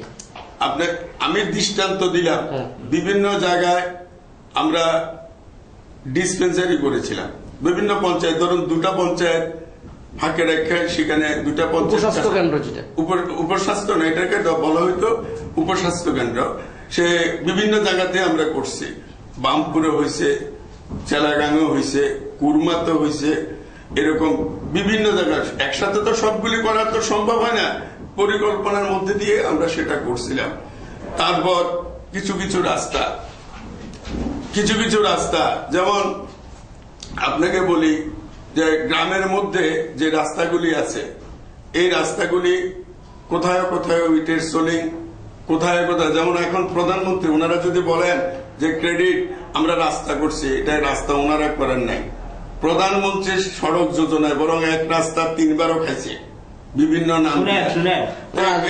প্রধানমন্ত্রী কিন্তু করছিল সোলিং করার রাস্তা আপনি করছেন, যোজনা আপনারা শুনাইবেন ব্লক থেকে সোলিং করার রাস্তা করছে, আর আপনার করছে। আমি করছি ব্লক থেকে রাস্তা, সোলিং করার রাস্তা কি আপনারা এর এক পিরিয়ডে প্রধানমন্ত্রী সড়ক যোজনার আগে আপনারা কয়টা রাস্তা কোন জায়গায় করছেন একটা দৃষ্টান্ত দিয়ে এখন, যে একটা বড় রাস্তা আমরা করছি নতুন বাজার থেকে খেদারনাথ আর এইতে যাইতে বুমরাছড়া যাইতে কতবার ডেপুটেশন দেওয়া হইলো, কতবার আমরা এই করছি, একটা রাস্তা হইলো না, একটা ব্রিজ হয় না, এরপরে ব্রিজ করা হয়েছে প্রধানমন্ত্রী সড়ক যোজনা দিয়া, এটার মাটি ফালাইবো কিনারে, এটা কয়েক বছর ঝুল্লা রইলো, শুধু মাটি ফালানো অ্যাপ্রোচ করে মাটি দিয়ে পুরাটার লেগে।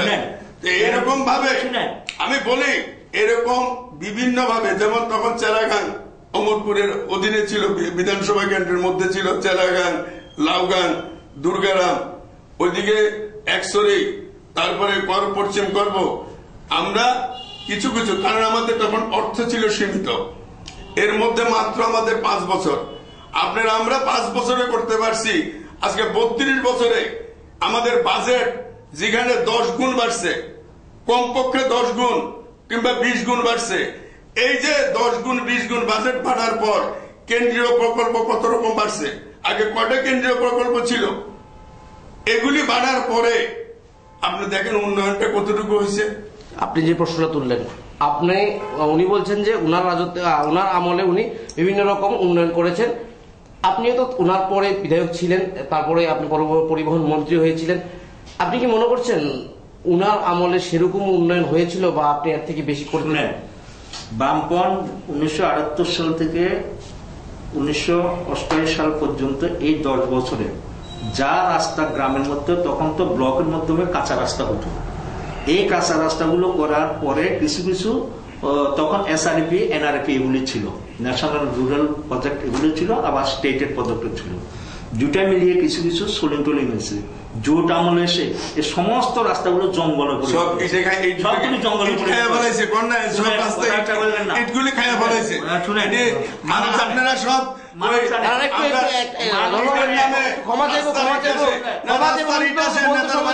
বিল্ডিং হয়,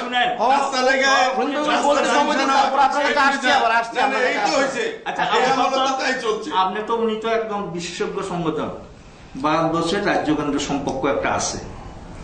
আমরা যখন 78 সালে ক্ষমতায় আসি, তার আগে ত্রিপুরা রাজ্যের বাজেট ছিল সম্ভবত 15 থেকে 16 কোটি টাকা। তৎকালীন সময় মুদ্রাস্ফীতি, তৎকালীন সময় অর্থের টাকার মান আর আজকে টাকার মান কি এক? আজকে $1 সমান 69 টাকা দিয়ে দাঁড়াইছে। ভারতবর্ষে কোথায় যাইবো আমি জানি না, এটা মুদ্রাস্ফীতি। বুঝছেন তো? এটা ভারতবর্ষ না, এটা বিশ্ব, এটা বিশ্ব। আচ্ছা, আপনার চীনের মধ্যে আছে, হ্যাঁ। চীনে মুদ্রাস্ফীতি চীনের মধ্যে আছে, আচ্ছা, চীনের- রাশিয়া তো শেষ, রাশিয়াও গেছে, কমিউনিস্ট দেশ তো আচ্ছা, শেষ। আপনার কমিউনিস্ট শাসন আমিও ছাড়ছি, কমিউনিস্ট তো শেষ। শেষ। যে ভারতবর্ষ থেকে না, না, নীতি নিয়ে আসে, এদিকে এটার কথা শুনে কোন আমরা নীতি নিয়ে শুনে কথা বলেন জানি না। কোন নীতি না, কোন নীতি আমি নিয়ে দল কথা বলেন আমি জানি না। আমি দল কোনটা, আমি যদি কিছু করি মানুষের জন্য করি, হ্যাঁ। আমার যদি নীতি পাল্টাইলে আমার স্বার্থ, আমার স্বার্থ হ্যাঁ। লেগে না, আমার স্বার্থ লেগে না। আপনি কি আমার দেখেছেন স্বার্থ লেগে দাও কতদিন আগে কইছেন দল টিকিট দিছে না, আপনি তো বিজেপির অনলাইনে মেম্বারশিপ নিয়ে আনিছেন না, বলে, কে কইছে? এর লিগে আপনি খবর জানেন। হ্যাঁ। আমি জানি না, হ্যাঁ। দল আপনি অনলাইনে নিশ্চয় বিজেপির মেম্বারশিপ নিছেন, হ্যাঁ। কারণ আচ্ছা, আপনি তো- নরেন্দ্র মোদী কয়ে দিছে বললেন তো। তোমরা চুরি করে গোপনে আমার দলের সমর্থন করলে যে দলেরও আমার মেম্বারশিপ না হ্যাঁ। কততে আসলে বোঝা যায়। কমিউনিস্ট, আপনি কমিউনিস্ট দল, আপনি তারপরে হচ্ছেন তৃণমূল, আমি কইতেই তারপরে কইতেছি কংগ্রেস, অনলাইনে তো তারপরে আমরা BJP বিজেপির মেম্বার হয়ে রয়েছে, নীতি নিয়ে কথা বলতে এর আমি লিগে শুনতে। কইতেছি বিজেপির কোন মেম্বারশিপ নীতির কথা বলতাম? আমি আপনি শুনতে। আপনি বিজেপির মেম্বারশিপ নিছেন অনলাইনে, হ্যাঁ। এরকম খবরও আছে। আচ্ছা, তো সুতরাং হ্যাঁ। দল কোনটা প্রমাণ দেয়া যায়। মানুষের স্বার্থে, আমি যদি আর কিছু কংগ্রেস আপনারা বহিষ্কার করছে। দল আমারে বহিষ্কার করছে না, আমি মুখোশটা খুললে দিছি, আপনারা লগে তাদের সম্পর্কটা কি? হ্যাঁ, যে কাণ্ড আপনারা করে লগে আছে, আবার মনোনয়ন কাণ্ড করে। আপনারা লগে হ্যাঁ। কংগ্রেসের লগে যে মিতালিটা মুখোশটা খুললে দিছি। বললাম তো আপনি মনোরঞ্জন কাণ্ডের কথা বলেন, আমি কাণ্ডের কথা আরে বলেন। আমি চ্যালেঞ্জ দিয়ে কই, আমি চ্যালেঞ্জ দিয়ে কই, আমার বিরুদ্ধে যদি কোনো অভিযোগ থাকে চ্যালেঞ্জ দিয়ে কই, যে কোনো অভিযোগ যদি থাকে কোন এখানে আরে বনমালীপুরে, হ্যাঁ আপনি বনমালীপুরে আপনারা কামড়াইছে, এটা কত হইলো, এটা এই হইছে, আমি চ্যালেঞ্জ দিয়ে বলছি। তখনের টাকার অঙ্ক, এখন টাকার অঙ্কে ভার ডিফারেন্স। প্রত্যেক বছরে মুদ্রাস্ফীতি করে টাকার অবমূল্যায়ন হয়, জিনিসপত্রের দাম বাড়ে, সেই অনুসারে তার বাজেটের প্রভিশন ভলিউমটা বাড়া যায়। কিন্তু যে পরিমাণ বাড়ে, আমি একটা উদাহরণ দিলে বলতে পারবো, গ্রামীণ উন্নয়ন পরিকল্পনায় আমাদের 155 কোটি 4 লক্ষ টাকা আমাদের একটা বাজেট ছিল। এখন সেন্ট্রাল গভর্নমেন্ট আমাদের 90 কোটি 8 লক্ষ টাকা করছে। এরকম বিভিন্ন স্কিমের মধ্যে তারা কইতে আছে, হ্যাঁ ওই যে কি জানি ট্যাক্সের, সেন্ট্রাল ট্যাক্সের, শেয়ার অফ ট্যাক্সের 32 থেকে 42 বাড়াইছে, আবার কোন কোন সেন্ট্রাল পরিকল্পনা রাজ্যের উপর ঘাড়ের উপর টাকা চাপাইও দিতেছে।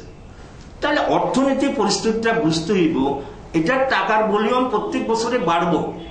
তখন উনি 2 লক্ষ টাকা যে কাজ করতে পারছে, এখন কিন্তু এটা 8 লক্ষ টাকায় হইব না, এটা বলে লাভ নাই। তা আমাদের পরিকল্পনা যেটা আছে, আমাদের পরিকল্পনা সেন্ট্রালে পাঠাই, সেন্ট্রালে সমস্ত কিছু টাকা মঞ্জুর করে, এটার কোনো অস্বীকার কোনো কারণ নাই। কত হলো কোন রাজ্যে তার ভালো পরিকল্পনা করে গ্রামের মানুষের জন্য রিলিফ দিতে পারে, কাজ করতে পারে, এটা হলো বড় কথা। ওনাদের আমরা তো পরিকল্পনা কমিশনে ছিল না। আসছি আপনাদের সাথে আলোচনা আসছি। একটা ছোট্ট বিরতির সময় হয়েছে, বিরতির পর আমাদের এই নির্বাচনী আড্ডা জারি থাকবে।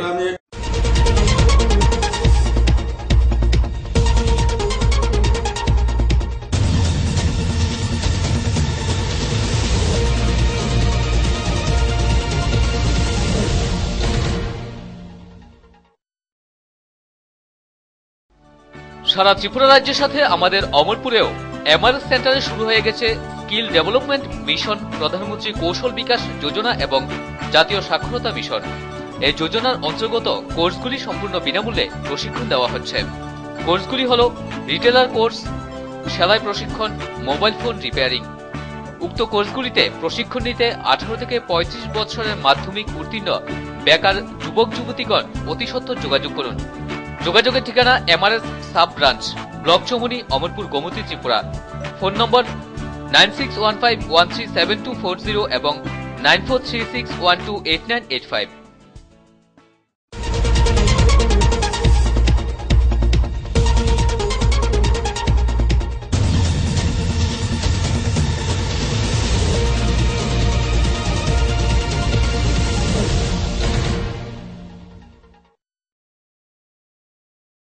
স্বাগত বিরতির পর আপনাদের আমাদের নির্বাচনী আড্ডায় আজ আমরা যাদের সাথে নির্বাচনী আড্ডা দিচ্ছি তারা রাজ্যের প্রাক্তন 2 মন্ত্রী রঞ্জিত দেবনাথ এবং জহর সাহা মহোদয়। তাদের দুজনের সাথে আমরা আজ নির্বাচনী আড্ডায় রয়েছি। রঞ্জিত বাবু, আপনার কাছে আসবো যে জিনিসটা নিয়ে। আপনি এটা দাবি করছেন যে বাম রাজত্বে উন্নয়ন হয়েছে এবং অমরপুর মহকুমার উন্নয়ন হয়েছে। একটা জিনিস যেটা আমরা কিছুদিন আগে যেটা দেখেছি যে ডিলিমিটেশনের জন্য রাজ্যের অনেকগুলি মহকুমার নগর পঞ্চায়েতগুলি পুর পরিষদের টার্ন করেছে, কিন্তু অমরপুর শহরটা কেন পুরোপুরি শোধ করা গেল না? এতে কি শাসক দলের কিছু সদিচ্ছার অভাব রয়েছে? সদিচ্ছার প্রশ্ন না, এটা একটা পপুলেশন বা ভোটারের উপর নির্ভর করে। পপুলেশনটা যদি 10,000 সামথিং এরকম 10 বোধহয় এক্সিড করে এবং তার পরিকাঠামো যদি সেরকম থাকে, তাহলে এটা পুরো পরিশোধ করা যায়।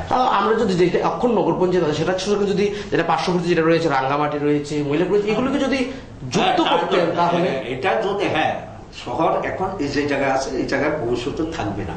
এটা স্পান্স হতে আছে। সারা ভারতবর্ষে 7,000 চিহ্নিত শহর আছে, 7,000। কেমন? এখন এটা আরো বাড়বে, দিন দিন নগরায়নের সংখ্যাটা বাড়ছে, সারা ভারতবর্ষেই বাড়ছে। সুতরাং আজকে যে জায়গাটা মনে করছেন একটু অন্ধকার আছে, এক সময় যতন বাড়িয়ে তো হইতে পারে, কোন প্রশ্নের নগর পঞ্চায়েত বা নগরায়ন হইতে পারে।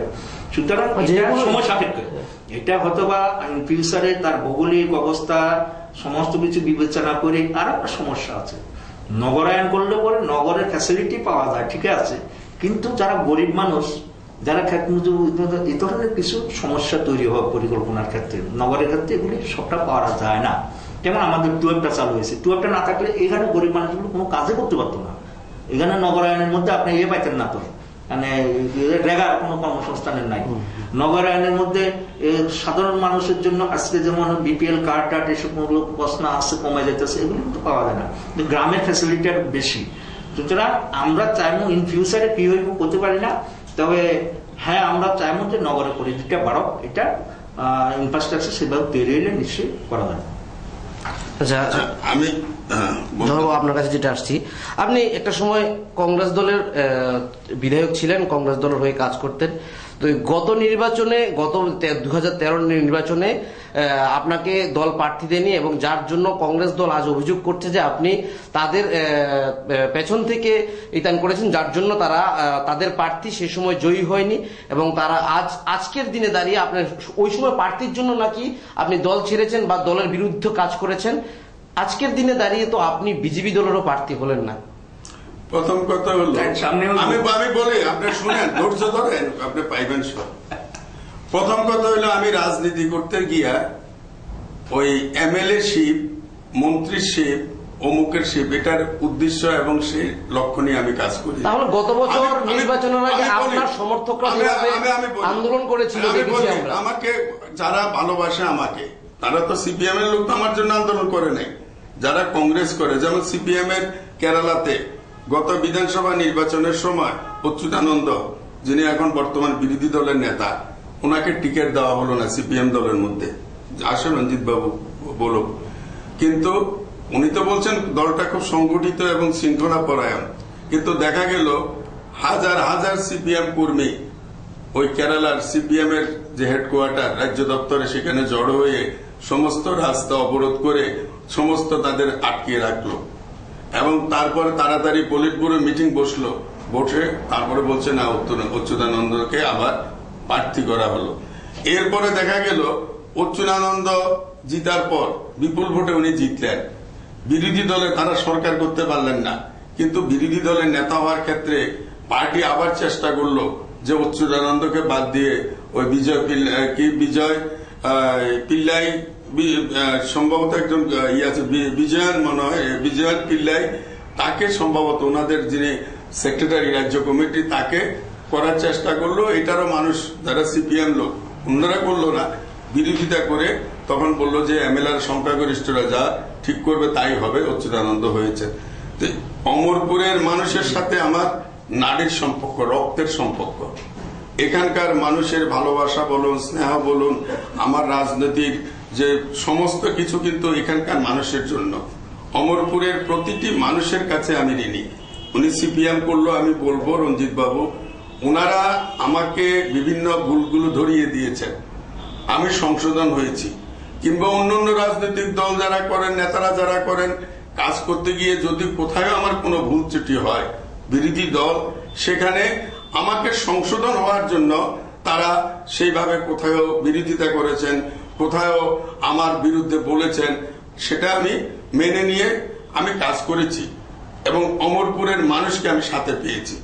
আমি আজকেও বলছি যে আমি দলের টিকেটের জন্য আমি রাজনীতি করি না। কাকে টিকিট দিয়েছে, দল কাকে টিকিট দিয়েছে, দল কাকে টিকিট দেবে, এটা সব দলের এটা অভ্যন্তরীণ ব্যাপার। কংগ্রেস দল যাকে টিকিট দিয়েছে বলুন তো, আমি কোথায় একটা বিবৃতি দিয়েছি, না কোথায় যে একটা মিটিং করেছি, না কোথায় কাউকে বলেছি যে তুমি কংগ্রেস দল করবে না, কাউকে বিরোধিতা করবে না। আমি তখন মুখটা খুললাম কি, নির্বাচনের পর যখন এই রঞ্জিত বাবুর দলের ক্যাডারেরা বিভিন্ন জায়গায় সন্ত্রাস করছিল, কংগ্রেসীদের উপর হামলা করছিল, বাড়িঘর ভাঙছিল, মারধর করছিল, এটা শুধু অমরপুরে নয়, সারা ত্রিপুরাতে। তখন আমি একমাত্র ব্যক্তি, আমি এই ব্যাপারটা প্রথম আমি সোনিয়া গান্ধীকে আমি একটা চিঠি লিখেছিলাম। আমার সেটা আমি পত্রিকাতে দিয়েছে, দেখছেন আপনি পত্রিকাতে, যে এই ভয়াবহ পরিস্থিতি, তুমি ইমিডিয়েট এখানের অ্যাকশন নাও, তুমি সেন্ট্রালে গভর্নমেন্ট আছে, তুমি তাড়াতাড়ি ব্যবস্থা না নিলে পরে এখানে আছে এখানকার যারা কংগ্রেসী নেতা, ওদের সাথে সিপিএম দলের নেতৃত্বের, এখানে না উপরের লেভেলের নেতৃত্বের সাথে তাদের একটা সমঝোতা আছে, এবং সেটা বিভিন্ন জায়গায় বিভিন্ন ব্লকে কিংবা জেলায়ও সেটা হয়েছে, জোটটা অঘোষিত জোট। ফলে ওরা করলো কি, যখন কর্মীরা আক্রান্ত সুইচ অফ করে রেখে দিল, মার খাচ্ছিল, আমি তখন এটার প্রতিবাদ করছি। প্রতিবাদ করে আমি বলেছি, নাম ধরে বলে দিয়েছি কে বা কারা, আমার রেকর্ড গুলো আছে তো, সবে রেখেছি এগুলো। আমি তখন নাম বলেছি সুদীপ রায় বর্মন, রতনলাল নাথ, এরা লিডারশিপে ওরা দলটাকে মার খাইয়েছে এবং তাদের কারণে দলটা আজকে এই অবস্থা গেছে। আমি এটা বলার পরে যখন ওদের মুখোশটা খুলে গেল, তারপর বলছে আমাকে বহিষ্কার। তো আমি তো তার আগে তো সোনিয়া গান্ধীকে আমি চিঠি লিখে তার রেকর্ড আমি রেখেছি যে এই যদি চলতে থাকে আমার পক্ষে এই দল করা সম্ভব নয়। আমি তোমাকে ধন্যবাদ জানাই, তোমার লিডারশিপে আমি দীর্ঘদিন এই দলটা করেছি, আমি এই কথা লিখে আমি করেছি। এখন আমি রেজিগনেশন মানে আমার চিঠির মধ্যে আমি উল্লেখ করে দিয়েছি। আমি রেজিগনেশন দিব কেন? আমি দলকে আমার মতামত, আমার ওপিনিয়ন আমি জানাই দিয়েছি। এখন এরপরে আরেকটা আমার বহিষ্কার করলে কি এসে গেছে দেখেন না, নগর পঞ্চায়েতে আপনারা লোকে ভর্তা করে তারা প্রার্থী দেয় না। আপনি বলছেন যে তার আগে আমি দল ছেড়ে আইছি। আমি দল ছেড়ে আইছি কি, আমি তো সোনিয়া গান্ধী কংগ্রেস দলের সভানেত্রী। আপনার দলের মধ্যে যে সিস্টেম, আমি বলি আপনার পয়েন্টটা ছিল যে আপনি আমার বৈশাখ করলে কি, আমি তো দল ছেড়ে চলে, আমি তো দল ছাড়ছি তো, তার আগে তো আমি দল, আমি কেন দল, আমি নিজে মুখ খুললে আমি কইলাম যে এই দলের নেতাদের ক্যারেক্টার। ঠিক আছে, তো এর আগে কি আমার বহিষ্কার করছেন? আরে আমার এর আগে আমাকে বহিষ্কার করছেনি, না না আমাকে এর আগে বহিষ্কার করছেন আমি মুখ খোলার আগে। আমি সোনিয়া গান্ধীকে পরিষ্কার ভাষায় চিঠি লিখছি যে তোমার এই লিডারশিপ এবং তোমার এই যে কার্যকলাপ এগুলি তুমি যদি বন্ধ না করো, লিডারশিপকে এই ব্যাপারে যদি তুমি যদি তাদের ব্যবস্থা না নাও, আমার পক্ষে তোমার দল করা সম্ভব নয়। আমি রেজিগনেশন, এটাই তো রেজিগনেশন। আবার কি আমি লেখা তুমি আমি পদত্যাগ করে বলেছি, তাহলে পদত্যাগ করলে আমি একজন দলনেত্রীকে আমি কি করে আমি লিখবো? একটা দলের নেত্রীকে আমি যদি কই যে না আমি শুধু পদত্যাগ করলাম, আমি কইছি রিজন গুলি আমি দেখাইছি, ঠিক আছে, কেন আমি আজকে এই সিদ্ধান্ত নিতে চাইতেছি। শুনেন আপনি রিজন দেখাচ্ছেন, ঠিক আছে, কিন্তু আপনাকে বহিষ্কার করার পথ পাইতো না যদি। আরে আমার বহিষ্কার করবো কি, আমারে বহিষ্কার করবো কি, আমাকে বহিষ্কার, আমি আইসিসির মেম্বার ছিলাম, তারা প্রদেশ আমাকে বহিষ্কার করতে পারে নাকি? কইলে হইব নাকি? না আরে কইছে তারা জিজ্ঞাসা কোনো কাগজ আছে নাকি? আমার বহিষ্কার করছে প্রেস কনফারেন্সে, শুনে আরে প্রেস কনফারেন্সে কংগ্রেসটা হচ্ছে একটা ভাঙাডোলা, বুঝছেন নি? এটা হলো একটা ভাঙাডোলা। না না আমি ছিলাম তো, আমি যতদিন ছিলাম আমি আমার অন্তত চেষ্টা করছি যে দলটাকে ধরে রাখার জন্য। আমি তো ছাড়ছি, আমি কাউকে তো কইছি না বললাম যে দল ছাড়েন। আজকে কংগ্রেসের হালটা একটু দেখেন না, কি রাজ্য স্তরে দেখেন আর এইখানকার স্তরে দেখেন। আমি খারাপ লোক, আমি বলি আমি খারাপ। আচ্ছা এক কথা, আপনি কি মনে করছেন যে আজ কংগ্রেসের জায়গা বিজেপি বিরোধী দল হিসেবে উঠে আসবে ত্রিপুরাতে? আমি শুধু বিরোধী দল নয়, আমি বলি আগামী 2018-তে এই রাজ্যে বিজেপি সরকার গঠন দেখতে থাকেন। হ্যাঁ স্বপ্নই, এটা আমার স্বপ্ন না, এটা রাজ্যবাসীর স্বপ্ন। যে কথাটা আমি আপনাকে বলতে চাই যে আমার এই যে মানুষের যে ভালোবাসা, আমার দরকার নেই। আমি তো টিকেটের প্রত্যাশী নয়, আমি তো টিকেটের প্রত্যাশী নয়। আমি টিকেট দল আমার দল, শুনেন, আমার দল। আপনি আমার দলের কোন, আপনি তো অনলাইনে যেহেতু মেম্বারশিপ বিষয়ের কথা কইতে না পারেন, আপনি মেম্বারশিপ দিয়া আপনি কইবেন এই কথা যে জহর বাবু, না না জহর বাবু,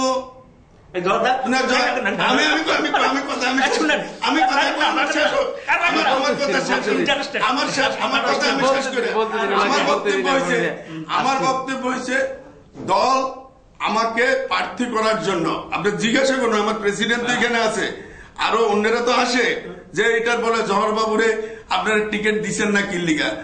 জিজ্ঞাসা করেন, জহর বাবু পরিষ্কার ভাষায় কইছে যে আমি অমরপুর কোন অবস্থাতে কোনদিন আর নির্বাচনে প্রতিদ্বন্দ্বিতা করব না। রাজনীতি করি না করি, অমরপুরের যে কে কোন দল সেটা না, যদি কোনো মানুষের কোনো কাজে লাগি, তার উপকারে যদি লাগি, আমি সেখানে নিজেকে আমি মনে করি আমি ধন্য।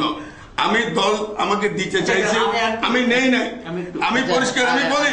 সুতরাং দলের টিকেটের জন্য এটা তো প্রমাণ করলো যে আমার এখানে দলীয় প্রার্থী যিনি হইছেন, দল আমাকে যে নির্দেশ দিচ্ছেন, আমি কোন অবস্থাতে সব দলীয় নেতারা দেখেন সেই কাজটা আমি করছি। সুতরাং মানুষের ঘরে ঘরে যাওয়ার চেষ্টা করছি যে আমাদের প্রার্থী রঞ্জিত দাস, আমাদের হাতে সময় বেশি নেই, একটা মিনিট বলুন। আপনি বললেন আমার অনলাইনে টাকাটা তো আপনি দিয়ে দিচ্ছেন না, আমার নাম্বারটা দিয়া। অনলাইনে তো টাকা দিতে হয় না, তো কেমনে করলেন? অনলাইনে টাকা দিতে করে দিচ্ছেন না, না অনলাইনে যারা মেম্বারশিপ নেয় আপনি দিয়ে দিচ্ছেন। অনলাইনে তো অনলাইনে কারণে টাকা, এখানে এই অনলাইনে দিতে গেলে এখানে টাকা ঢুকান লাগে না, অনলাইনে নিয়ে আসে। এরপরে তার যে ফর্ম আছে, এই ফর্মটা ফিল আপ করতে গিয়ে তখন টাকাটা আমি জানি না এটা কে করছে, আমি জানি না। আমি শুধু এখানে না, অনেক দলের অনেক নেতা গোপনে গোপনে অনলাইনে লিস্ট আপনার কাছে, কারণ এটা তো অনলাইনে করছে, তো সব নাম টেলিফোন নাম্বার সবগুলি আইছে আমার কাছে, কিন্তু এটি আছে। আমি একদিন যদি ভরে শুনাই চন্ডিবাড়ির মাঠে জনসভা করিয়া ওই সমস্ত যেটা ওইটা টাইম নেই না, আপনি অবাক হইয়া যাবেন গা, বলে আমি তো হইলাম তাই না, গোপনে কোন সময় হয়ে গেল গা, এটা তো আমি জানি। একটু থামাতে হচ্ছে, আমাদের নির্বাচনী আড্ডার বেশি একটা সময় নেই, আমরা প্রায় শেষের পর্যায়ে। আপনার কাছে লাস্ট যে প্রশ্নটা চাইবো, এই উপনির্বাচনে বিজেপিকে আপনারা কিরকম প্রতিদ্বন্দ্বী বলে মনে করছেন? বিজেপি প্রতিদ্বন্দ্বিতা করবো কিটা, সে নিজেদের কীর্তিকলাপে তারা আজকে ডুবতে আছে। আরে মানুষ বিজেপি সম্পর্কে শুনুন একটু মহব্বস্ত দেখেন, বিজেপি ক্ষমতা আসে পর দিল্লির নির্বাচন চুপ করে শুনেন, দিল্লিতে হারলো 72টার মধ্যে 3টা আসন, বিহারে কোটি কোটি টাকা নরেন্দ্র মোদী দিছে, হ্যাঁ দেওয়ার পরও দেখা যায় বিহারে 41 না কটা আসন পাইছে। তারপরও বিভিন্ন রাজ্যে যে সমস্ত গুলো উপনির্বাচন হইতেছে তাদের ভোটের সংখ্যা করতেছে কম।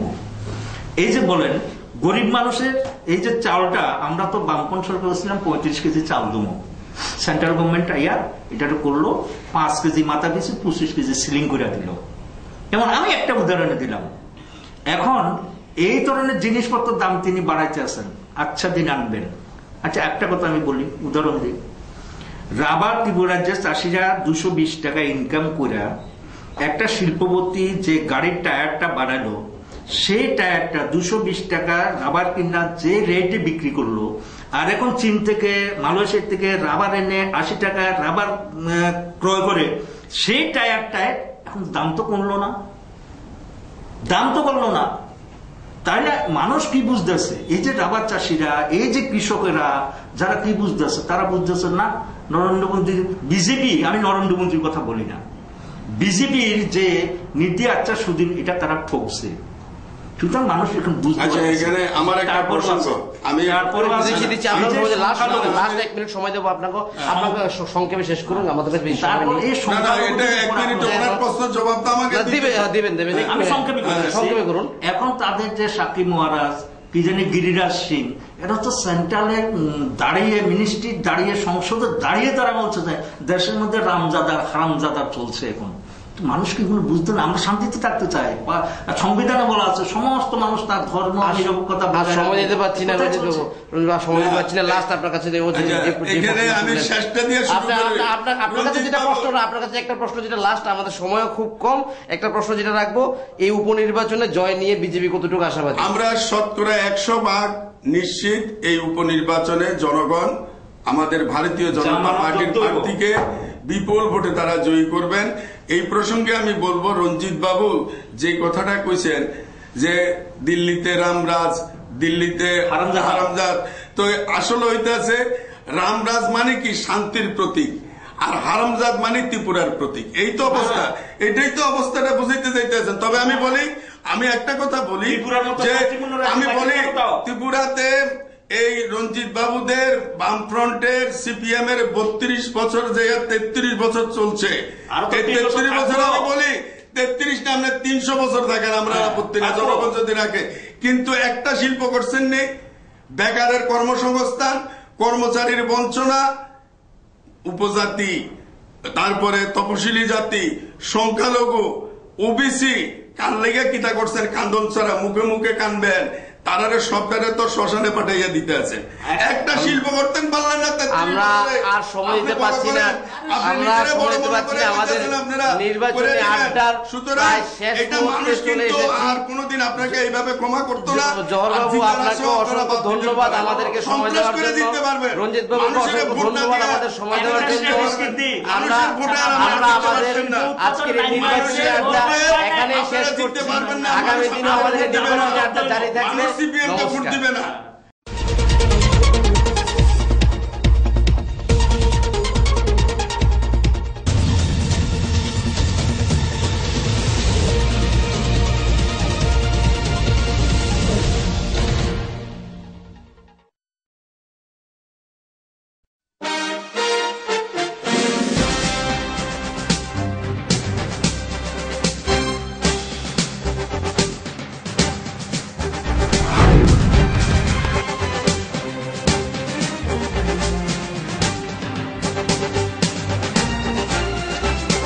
ডান বাম নাকি রাজ্যের প্রথম পদ্ম ফুটবে অমরপুরে? উপজাতি এলাকার আঞ্চলিক দলগুলিরই বা কি প্রভাব পড়বে এই নির্বাচনে? মনোরঞ্জন ইস্যুতে কি কিছুটা ব্যাকফুটে শাসক দল? কি বলছেন রাজনৈতিক দলের প্রতিনিধিরা? 42 অমরপুর বিধানসভা কেন্দ্রের উপনির্বাচনে প্রতি মুহূর্তের খবরের পাশাপাশি নির্বাচনী আড্ডা দেখতে প্রতিদিন চোখ রাখুন অমর বার্তার পর্দায়।